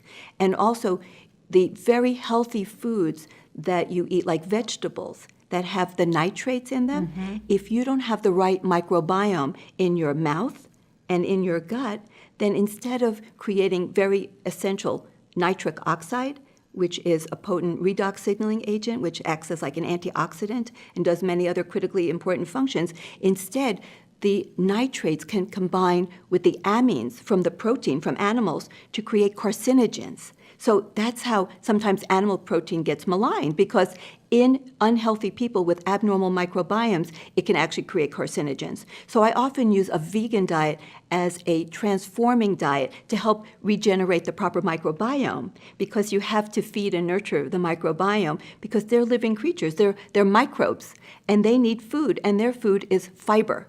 And because we eat, like what they talk about, ancient civilizations ate 100 to 150 grams of fiber a day. Now many Americans eat 5 or 10. I mean, it's ridiculous. So we're starving our microbiome. We're also killing them with toxic chemicals in our food, in our water. You know, like chlorine, unfortunately, is designed to kill bacteria, right? Like E. coli in our water system. Unfortunately, these are our bacteria inside, and they kill them too.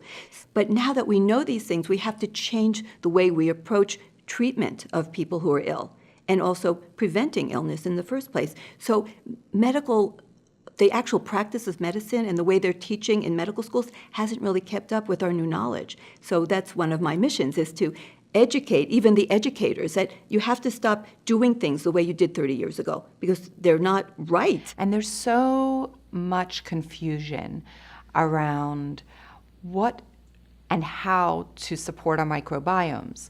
So tell us a little bit about our individual microbiomes and what kind of diets work for each and every one of us. Well, you hit it right on the head. We are individuals, and it's now been discovered that there is not one perfect diet for every single person.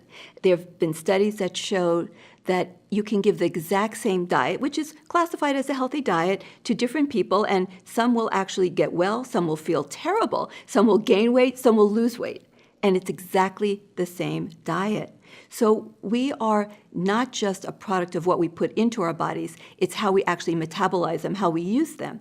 So it turns out that our microbiome are very key to how we create what are called short-chain fatty acids. These are the byproducts of fermentation, and everyone is unique in how we can use food. So the best way that you can try to discern what is your best diet is to think, what did your great-grandmother, your great-great-grandmother eat? Because the microbiome is actually passed on from mother to baby. So there is a microbiome of the uterine cavity and of the placenta. There's now data to show that women who have complications of pregnancy, like premature delivery or preeclampsia, where they get hypertension and renal disease, liver disease, they have a different microbiome of their placenta. So the baby actually gets some bacteria, even in utero, but then they get the heavy smearing at the time of the delivery, and then breast milk delivers bacteria. In fact, the microbiome of the developing baby, the infant, is so critical that there's actually a conduit, a direct line from the mother's colon right into the breast milk. So the mother's microbiome of her colon is delivered into breast milk directly. And breast milk has oligosaccharides. Now, oligosaccharides are fibers that the human body cannot digest, but it's the fiber that feeds the bacteria that are growing and developing the microbiome of this new little person. So it's an amazing thing, and it was passed on from generation to generation. The American Academy of Pediatrics is pleading with pediatricians to stop giving antibiotics to children before the age of 2, because a lot of kids will get ear infections, and they were just throwing out antibiotics like water. And now they're saying, don't do that. But of course, not everybody listens, because antibiotics in the first 2 years of life also will kill the healthy developing microbiome. So it's really, really important for women to know these things and to try to adjust their lives as best they can. And so how does the microbiome feed into, depending on whatever diet your great-grandmother or great-great-grandmother ate, how does the microbiome feed into the obesity epidemic that we're experiencing, or the level of overweight? How does that all tie together? Well, that is so fascinating. It turns out that, as I mentioned, the microbiome has its own metabolic functions that it performs, and these are very, very critical. One of the functions is to produce these byproducts of fermentation called short-chain fatty acids. And these short-chain fatty acids they have many functions. They act as signaling agents. One of them is the butyrate. It actually can go into the brain and can improve mood and cognition. But also, it serves as food for the lining cells of the gut themselves. So they're both food to feed the gut, to keep the gut lining healthy. And the bacteria, some of them also work to create a mucus coating so that you have a protection of the lining of the gut from toxins that may be produced within the gut. And also, if you have the wrong bacteria, they can make these toxic byproducts of the bacteria called LPS, lipopolysaccharides, which also have another name called endotoxin, toxin from within. So the microbiome can, when it's right, it acts as a tremendous protectant of the lining. But when it's wrong, it creates really these toxins. And if you don't have a healthy coating of mucus and healthy lining cells, the cells can actually fall apart from each other, creating holes. And that's what we call impaired gut barrier function, or leaky gut, right? And then these toxins can actually go out, and there's 70 or more % of the immune system lines the intestinal tract, called the gut-associated lymphoid tissue. And it's all filled with both cells of what we call the innate and the adaptive immune system that help to be like we call first-line responders, like for an attack of bacteria, and also to create the more unique system, like antibodies. It's all lining there. So if you have an impaired gut barrier and you have leaky gut, then these toxins go out and it creates a response, which is an explosion of inflammation. And when inflammation circulates throughout the body, it actually impairs the function of glucose transport. And it actually can cause diabetes and glucose dysregulation. And inflammation itself can create metabolic dysfunction, which can then lead to obesity, because the cells are also poisoned themselves, so they don't properly create energy. So they can store energy because you get higher levels of insulin, so that you get this really bad mismatch where cells can store and create fat, but they can't burn it because these toxins which can actually circulate, they can actually measure them circulating, and these inflammatory products can be directly toxic to the energy creating factories of our cells called the mitochondria. And so you actually have improper function of mitochondria. You actually lose mitochondria. So you have this really devastating system that's happening. It sort of feeds upon itself as you get more inflammation, you get more dysfunction, you get more obesity, you store more fat. The fat becomes inflamed and attracts more inflammatory cells. So it's like a downward spiral. Right. So the microbiome and nourishing and nurturing that individual part of our bodies is so critical to our health and our well-being. Tell us a little bit about how circadian rhythms, which just won the Nobel Prize this year, how it all plays in. So circadian is referring to the 24-hour rotation of the Earth. So we evolved, and every single life form on Earth evolved in accordance with the rotation of the Earth, the 24-hour rotation. So we have multiple rhythms. Like as humans, we have circadian rhythm, which is the 24-hour rotation rhythm. We also have ultradian rhythms, which are small rhythms throughout the day, which are separate from the 24-hour rhythm. We have lunar rhythms, and we also have seasonal rhythms. So we're full of rhythms. And the circadian rhythm is very foundational to health. So it turns out that humans are like two different creatures, a day creature and a night creature, and it's all about survival. When you think about everything that happens in the human body, that it's designed for reproduction and survival, everything becomes very understandable. So during the day, we can see, we can move, we can hunt, and so forth. So our bodies are designed for energy, for consumption of energy and production of energy during the day. So we're very different. We have our hormones are all timed. So for example, men have higher production of testosterone in the morning. It peaks around 9 a.m. Women have higher production of estrogen in the morning. It's not stable. Hormones like insulin have their own rhythms. So every hormone, everything in the body is set to a timer. These are immutable. These are programmed in our genes. It turns out that about 1/3 of all the genes in our body are clock genes. And these aren't like theoretical things. These actually regulate how proteins are produced, how the cell actually works. So these are not changeable any more than you could wake up tomorrow and want an extra eye on the back of your head. These are immutable programmed genes in our bodies. Clock genes. They're clock genes. And we have a whole system of a master clock. So we have the master clock, which is located sitting in our hypothalamus. It's sitting on top of the optic nerve in an area called the suprachiasmatic nucleus. There are actual special receptors in the retina of our eyes that detect light, and those receptors trigger a special signal that goes just to the master clock, no other place in the body, so that the master clock is, the word that we use is entrained. Every morning when you wake up, you must see light, and that light will actually keep your master clock from drifting a little and get it right set on the beat again. So then the master clock signals the peripheral clocks all over the body. Every cell in our body has a clock, including the microbiome. And this is all beautifully coordinated. When our rhythms get dysregulated, you get metabolic dysfunction. It's a big thing. So there are ways that our bodies are getting dysregulated, like chronic light exposure. That's, that will obviously, light. if you blue light at night, because a lot of people know that there are certain hormones that are circadian. They're all circadian, but the ones that get the most attention are cortisol and melatonin, right? And you will suppress your melatonin if you have all that blue light exposure. And that's really essential for proper functions in the body. Like melatonin is not just about sleep, it's about the most potent antioxidant we have in the body. The brain and the immune system have completely different functions during the day and during the night. Most mothers know that their children tend to get fevers at night.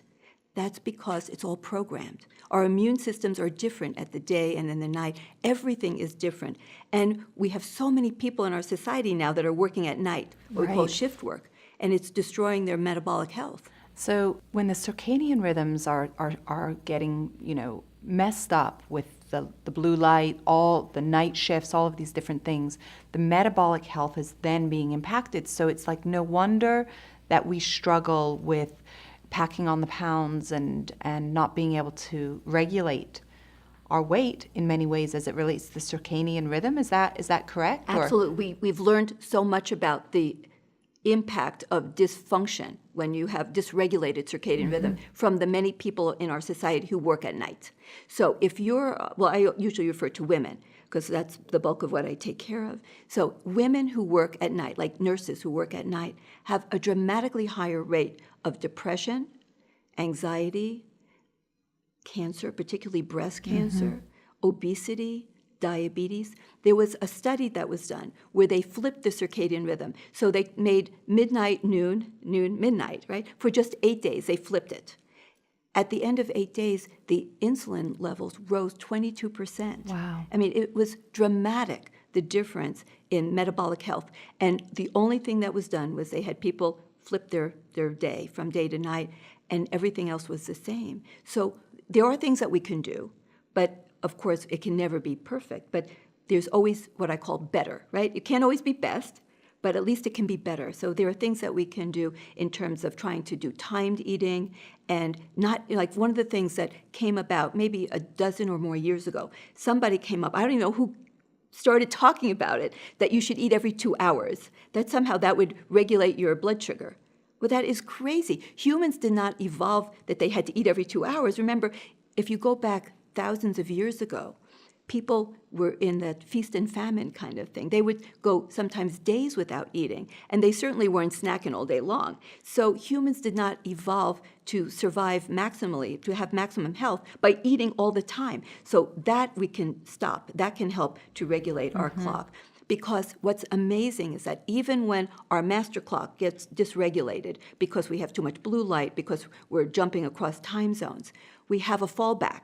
I call it, our secret sauce to help us to keep our circadian rhythm aligned with what we're really doing, and that's the gut microbiome. If we feed the gut microbiome and also not feed the gut microbiome in a certain way, if we can get their clocks aligned through what we call timed feeding and fasting, those clocks create signals through like the short-chain fatty acids, that's called propionate, acetate, butyrate. And those short-chain fatty acids signal the liver and set the liver clocks. And the liver is key to detoxification and metabolic homeostasis. If you have a dysregulated gut microbiome, you don't have the right feeding, you don't have the right clocks, you don't have the right food, it's all dysregulated, that creates dysregulated gluconeogenesis in the liver. The liver just starts pouring out sugar like there's no tomorrow. It starts making fats. That's why you get high triglycerides, the fat circulating, high sugars when you have a dysregulated gut microbiome clock. But this is fixable. I wear a sleep mask all the time now to try to make it really black, because they've now done studies that even a little bit of light coming through your closed eyelids will change things for the worse. Wow. So whatever you can do to really let your brain do its thing at night, which is rejuvenating. This is so incredibly fascinating to learn from you. I'm curious about how the microbiome, the circadian rhythm, and autophagy all interplay, as well as the scheduled eating, the intermittent fasting, the fasting. Oh, yeah. I'm just would love to hear how you bring autophagy into it. So for those who don't know what autophagy is, auto means self, and phagy is eating. So it sounds terrible. You're eating yourself, but that's what we're designed to do. If you don't have food coming in, what do you do with the fat on your body, right? If you don't have food, the idea is you'll burn your fat. That's like your storage energy source. Well, what does an individual cell do? The cell says, I have no food. So what am I going to do? I'm going to take the structures in my own cell, and I'm going to break them apart, create the foundations like amino acids and fatty acids. So you create the foundational building blocks of the structures of the cell by breaking down old, sort of decrepit structures and then recreating new structures. And so the cell can do this. So it's like regeneration of the cell. Now, every cell in the body has what they call telomeres. So it's a finite life, because at a certain point, the cells cannot create new cells. They cannot replace themselves. So the longer every cell can live in the body and be healthy, the fewer times or at a slower interval do you need to replace them. Because remember, there's a limit. When your telomeres are used up, you can't replace your cells. So autophagy, done properly, can extend the life of a cell. So it's getting old, it's wearing down, but then autophagy comes into play, and it can take old crappy stuff in the cell and recreate wonderful new structures and extend the longevity of that cell. So for example, the heart has a typical turnover time of 4 years. So you have a brand new heart with all new heart cells, muscle cells, every 4 years. But what if every heart cell, instead of living 4 years, could live 5? Look how you've just extended the lifespan of your heart. But it's not just about living longer. It's about living healthier. Because if you have unhealthy cells, then you have an unhealthy organ. You're going to have an unhealthy body. So we want to trigger autophagy, but not all the time. We want to trigger it on and off, like everything. You eat, you fast. You sleep, you're awake. Everything has a balance. So autophagy, if you eat endlessly without pause, right, then you will never trigger autophagy. And what happens, your cells get just sicker and older, and then they go through what's called apoptosis, where they just die.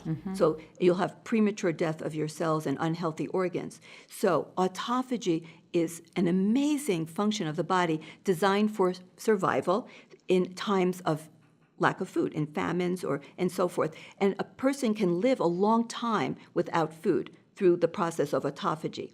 But eventually the cell will die if you have endless autophagy. It can't recycle its internal organs endlessly. But another thing that's really fascinating is that the mitochondria, the energy burning factories, when you have the cytoplasm, the cytoplasm of the cell can go through the autophagy, and you can also have separate autophagy of the mitochondria, which they call mitophagy. Right. But when you do the autophagy of the cellular functions that are involving the cytoplasmic structures, the mitochondria are sequestered safely away. So they're not injured. The body takes care of the mitochondria. They're so precious. And so it's really an amazing process, but we don't trigger it often enough in our modern life because people just keep eating. They don't fast at night. It's recommended now at least a 12 or 13-hour fast every night to allow some degree of triggering of autophagy.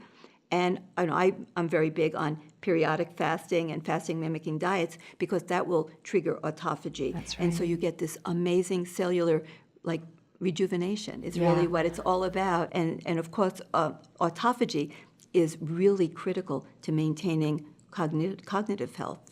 Incredible. It's really amazing for every part of our body, Yeah. every single part, every organ system. Thank you so much. This was absolutely fascinating. You are an incredible human being, and I can't thank you enough. Thank you so much. This is my mission, my legacy is to educate the future generations of doctors and all of the population, all the people out there, so that they can know what they should and shouldn't do to optimize their lives and their happiness as humans on Earth. Thank you so much. Thank you so much. Well, now I see why you wanted to be your doctor. Right? I know. And who would have thought every single cell in our body has a clock in it? Wow.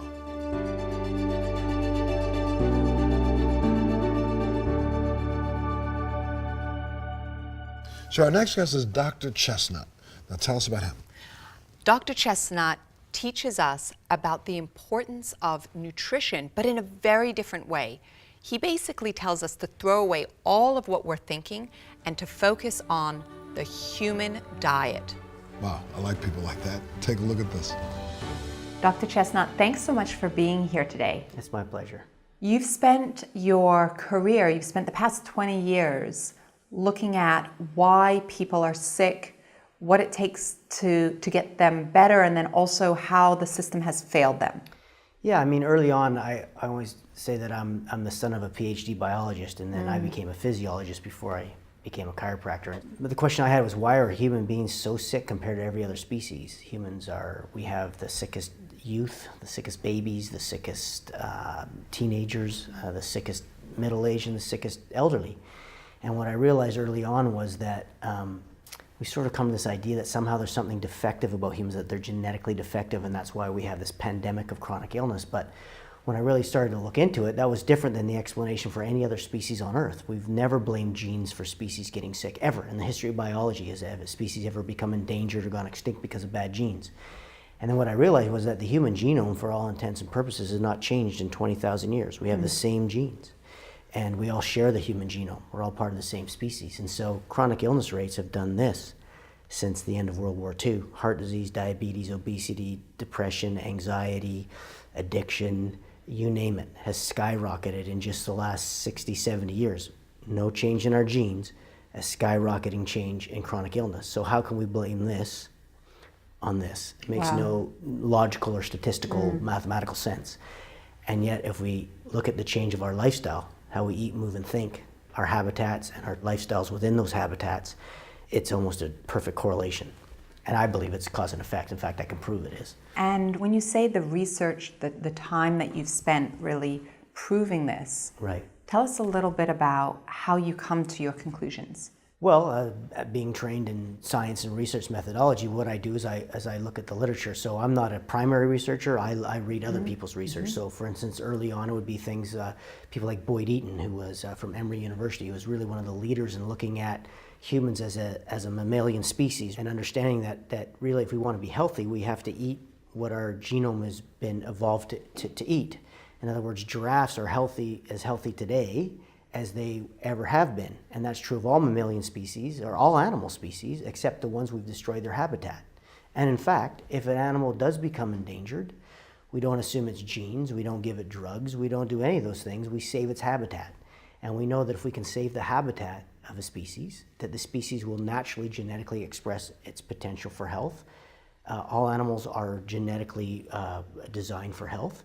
All humans that are alive today are genetic superstars. All of their ancestors had to survive since we walked out of Africa. So in order for us to be here, in order for us to all our generations, had to survive for millennia. So that means through natural selection, obviously, we're strong genetically. We can't, it's absurd to blame genes and think that somehow we now have a weak gene that's causing breast cancer, or a weak gene that's causing obesity, or a weak gene that's causing Alzheimer's, or whatever else. And so somebody say, well, it's because we're living longer. But the truth is that the largest increases in chronic illness aren't amongst our elderly; they're amongst our children and middle age. So how can we blame lifespan? It doesn't make any sense.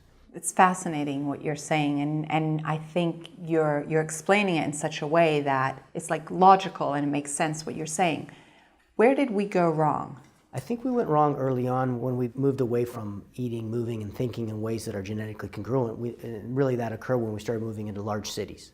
And so the first thing that happened was communicable diseases, because we started literally, our sewage went into the same water we drank, and we couldn't refrigerate food. So we then, when you've got to feed that many people, you've got to store food for longer, and so then we started eating food that had spoiled. So we had foodborne illness and basically poor sanitation were the leading causes of our problems. And we solved those problems long before we knew what a germ was, by the way, because we kind of figured out, if you look at a city like Edinburgh, they started figuring out that they probably shouldn't dump the carcasses and dump sewage out the window, on the lower floor. And then when we did that, our mortality rates went down, especially our infant mortality rates went down, so our lifespan started to crawl back up. But lifespan in any species is determined by the genome of that species. And so no matter what, humans are going to live to about 120 years. So if we don't live to 120 years, right, we shouldn't blame our genes. We either got an illness, we got trauma, we broke a leg and got an infection in the early days, whatever it is. But you can't shift lifespan of a species based on genome, because the genome's the same in the species. It stays the same. So what our lifespan is set by our genome, right? The potential for our lifespan. Right. And whether or not we express that potential and live to that 120 years is based on our habitat. So we went wrong as we started to build cities and communities and cohabitat in that manner. And when you fast forward to where we are today, what are the biggest challenges that you see in the work that you do with so many sick people, and how you sort of help them to get onto a better path, let's say? Well, the first thing I think is that we have to understand that the entire allopathic medical system is based on the premise that people are sick because they're defective. They're sick because they have a bad gene or an inability to regulate their own blood pressure or cholesterol or whatever. And so the whole system is based on this idea of what's called homeostasis, meaning, as an example, your body's supposed to be in this state of balance. So blood pressure, homeostatic blood pressure is around 120/80, just as a very easy example. And so they've been taught, and the whole premise was that if you move out of that homeostatic range, that there's something wrong with you. And of course, what we now know from great researchers who look at allostasis or allostatic load, Bruce McEwen out of Rockefeller, Teresa Seaman out of UCLA, Peter Sterling out of University of Pennsylvania, these great physiologists have come up and said, well, look, it can't be that somehow our genes change and all of a sudden we have high blood pressure, and it can't be that we've lost the ability to self-regulate. That doesn't make any sense. What's happened is we're under stress. And so we're not eating properly, we're not getting the right nutrients, we're not exercising enough, we're under a great deal of emotional stress, and it shifts our autonomic nervous system, our fight or flight versus our rest and digest, and we move towards fight or flight, and that shifts our physiology. And so the problem is that the premise of allopathy is that the patient in front of you has a defect, and therefore they cannot regulate themselves, so we must regulate them with a drug. And that model is proven to be incorrect, and yet it's still the basis of all the diagnosis and treatment. So a great example of sort of understand that is to say, well, when a bear hibernates, if you were to take its blood pressure, right, it would be very different than when the bear's running around in summer. Right. At which point is the bear sick? When it's hibernating, does it need a drug to raise its blood pressure? Or does it need a drug when it's running around in the summer to lower its blood pressure? And the answer, of course, is neither. That both of those blood pressures are appropriate for the habitat that it's living in, or for its surroundings. And so the genes don't change. The bear has the same genes while it's hibernating as it does when it's running around, so it can't be genes. Our genes stay constant throughout our lifetime, but our metabolism goes up and down. Whether we're sick and well can go up and down, but our genes stay the same, so it must be something else. And now that's where epigenetics comes in. And now what we understand is it's which genes we're expressing at any given time that determines our blood pressure, cholesterol, whether we're sick or well. But what determines the expression of genes isn't genes. What determines the expression of genes is our habitat and our choices we make in that habitat. So some of the choices that we're making in our habitat, when you look at the amount of diabetes and you look at the obesity Right. that we see in our world today, or certainly in our country, and it's becoming Western more of a world, global... in the industrial world, for Correct. sure. What are the things that have the largest impact? The things that have the biggest impact on that are lifestyle choices. So, I mean, you even hear things like, well, you know, the native population in the First Nations population in Canada and the US and around the world are sort of genetically predisposed to diabetes and obesity. But then you say to yourself, well, how many people were obese in North America before the Europeans showed up? Right. Zero. Yeah, zero. How many were obese? How many had diabetes? You know, if you look at all the chronic illnesses, they basically didn't exist.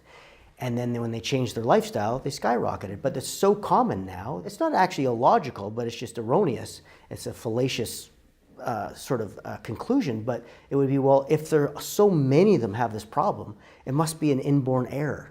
It must be something wrong with them. And I use the analogy often to say, well, if you put a bunch of wild animals into a zoo, and the only animals you studied were the ones in the zoo, and clearly those are less healthy and sicker than the ones that are in the wild, eventually you assume there's something wrong with the animals because they're all sick. But that's us. Humans now, we're wild animals living in captivity.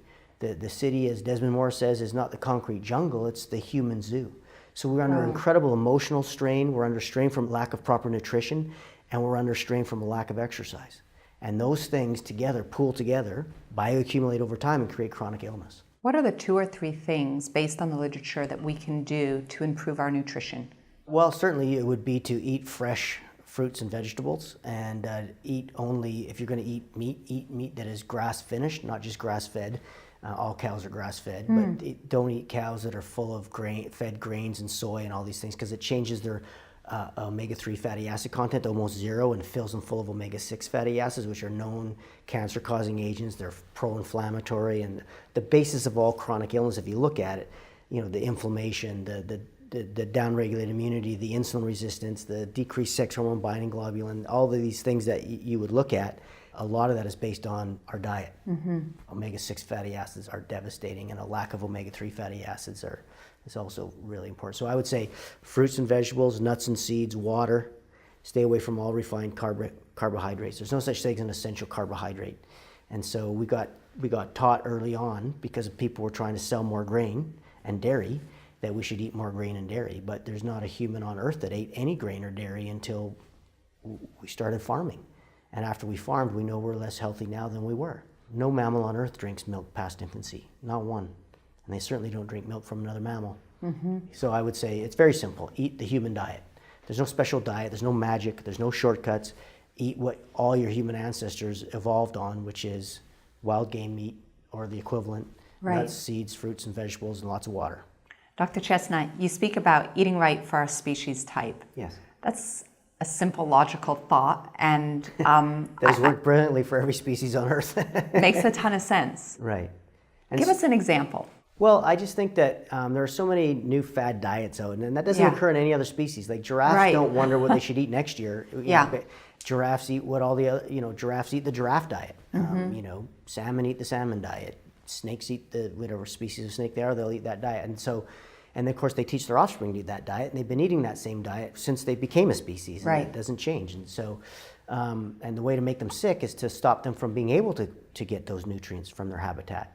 And once you look at humans as an animal species and understand that we have the same, we must obey the same physiological laws. We're governed by the same laws as every other species on Earth. It just becomes easy and it makes sense. You don't look for fads. You look for, okay, well, what are humans supposed to eat? I always thought, isn't that the best question? Right. And how much exercise are humans supposed to have? And how are humans supposed to socialize with each other? How are we supposed to make each other feel safe, loved, important, and appreciated in a group, and to love ourselves and have self-esteem and all those things? So once you understand that that's part of our genetic makeup, that we require those things, they're essential for us, it makes sense to me that to pursue it. And because we all share the same genome, we don't have to make it individual for each person. We all need vitamin C. You might want to get it from an orange, I might want to get it from cabbage. But we don't differ on the fact that we need vitamin C. So in other words, as we moved out of Africa around the world, we knew that through trial and error, if we didn't get the right nutrients, we died. Right. So when you move to the Arctic, That's a very different climate and environment than it is in Africa. It didn't mean you didn't need vitamin C, it just meant you weren't going to get it from citrus fruit. You had to find another source of it or you were going to perish. And so I always love to use the Inuit because the Inuit are probably the people on Earth who have consumed the most fat in the history Yes. of the human species. I was just in Alaska recently and had the opportunity to speak to a number of the Inuits. Right. So tell us. Well, I always just use them as an example because, the Inuit would have, I always joke and they say they have a blubber breakfast, Yes. followed by a blubber snack, Yep. followed by a blubber lunch, and then they'd have a blubber afternoon snack, and then a blubber dinner, and a blubber midnight snack. And Correct. it was, depending on which time of year, it was still light out. And so they had no heart disease, no diabetes, nothing. And they studied these, and they also found out that it's where we originally found out about omega-3 fatty acids were the Inuit, because they weren't getting any of these problems, and they ate copious amounts of meat, and they ate copious amounts of fat.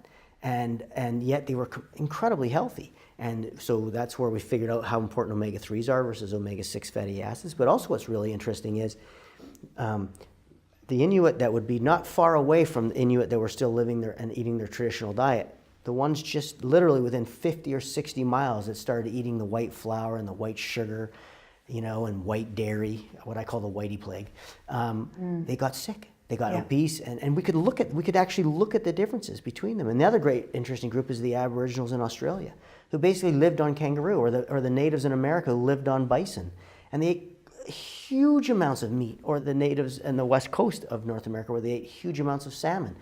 And these people were had the healthiest bones, the healthiest teeth. They had no acne anywhere, no obesity or diabetes. And so you think to yourself, when did fat become the enemy? And the answer, of course, is Ansel Keys, when he came out with that study, which he found out later he was lying about. Absolutely.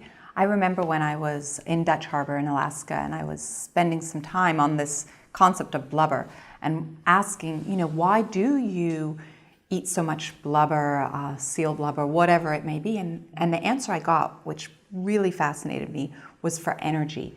The blubber, instead of drinking coffee, when it's cold and they need to be nourished, it's the blubber that feeds them. And then, of course, they eat different berries and things like that. But it's this that they look to gain their health and their well-being and nourishing their bodies. Of course, and for most of the year, of course, they don't have any access to berries. Right. So what's interesting about the blubber is fat is where we store all our fat-soluble vitamins.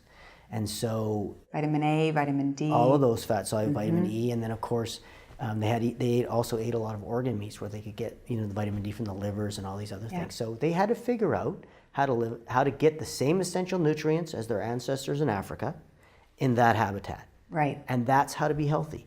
You have to find out how to get the same nutrients, correct? The same essential nutrients wherever you live around the world, wherever community you live in, whatever habitat you live in order to be healthy, what your job is to find out how to get the things that you require in that habitat.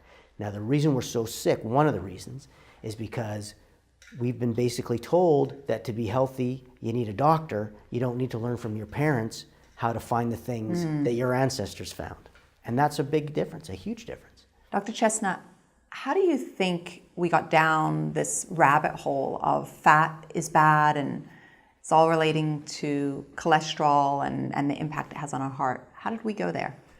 Well, it's great that you use the term rabbit hole because I've got a really neat explanation for that. And if you look back even before Ansel Keys, a Russian researcher by the name of Anishkov, thought he found cholesterol in plaques in arteries. And sort of like the concept of the germ theory, if you take it out and put it in another animal, it causes sickness. So he took out the cholesterol and he actually injected it into rabbits. And what he found out was that it caused atherosclerotic plaques.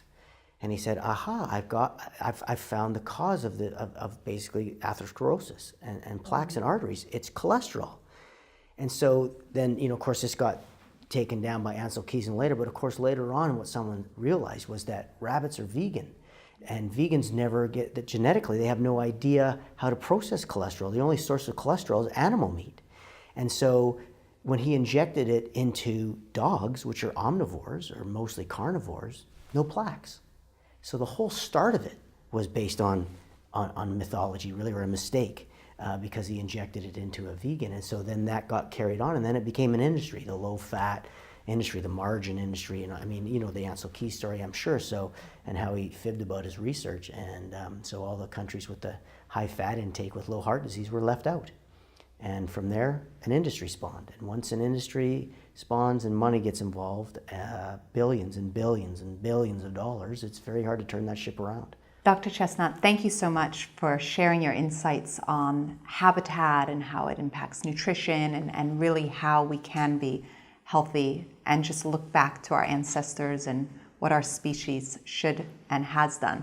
Oh, you're very welcome. Yeah, I mean, we accumulated the wisdom of how to be healthy over millions of years as hominids, and it's been lost in one generation.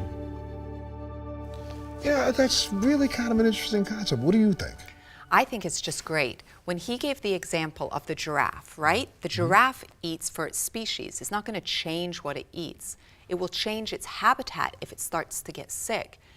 And his point about us eating for our species rather than doing what we've been doing is very important. It's a simple concept and one that, for me, resonates very deeply. Yeah, it makes a little sense. I mean, it makes sense, not a little sense, a lot of sense. And why? Because if you think about it, for the last 60 plus years, maybe even the last 100 years, we haven't been eating because of what we need. We've been eating because of economics.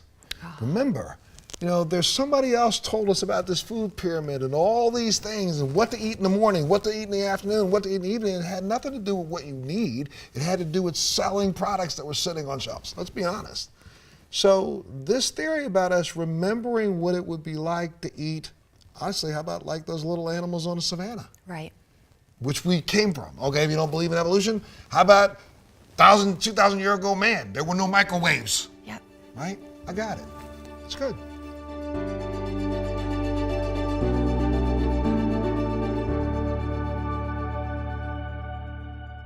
Again, another amazing episode with some amazing people. Thank you so much for bringing these people together to share these stories with us, Naomi. Oh, Montel, the work that they've done, their life's commitment to this area of research is humbling. It truly is humbling to me.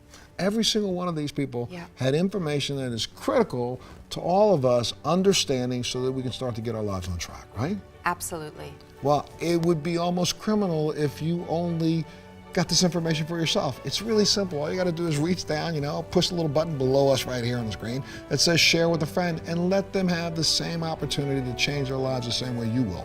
And you know, don't worry if you didn't see episodes 1 through 3. You have an opportunity right now, if you click below, you can pick up the entire series when it's over and have it for your own home library. So if I were you, that's exactly what I'd do. Naomi, thank you again. This has been great. Oh, it's been such an opportunity. Thank you, Montel. So now tomorrow, guys, you know, we have episodes number 5. So come on back and join us again for another episode of The Real Skinny on Fat. The tech called the doctor in and he just kind of looked at it, took some measurements and just turned and said, this is cancer, I know it is. We don't even have to biopsy. And I just recently celebrated my birthday and it was kind of tender there where I thought, what if I don't have another one? What if I don't get to have more? The reason it's important is because your body doesn't want to grow if there's no nutrients. So if there's no nutrients, your body will shut down all the growth pathways and therefore kind of starve the cancer of what it needs to grow. What we discovered again is the 4 or 5 days of fasting stress the body enough to push the stem cells to replace the elderly cells. So you're replacing old with new, and that's the definition of reversing a state of aging. At the end of 6 months, there's been considerable weight that's been lost sort of in the midsection, Absolutely. And but not a loss of lean muscle mass. if anything, based on our clinical trial, there was actually slight gain of lean muscle mass. In the great majority of the diet, you'll have a decrease in muscle mass, you'll have a decrease in fat, and then you'll have a decrease in water. With the fasting mimicking diet, you just see the protection of the muscle mass and just the effect on the fat.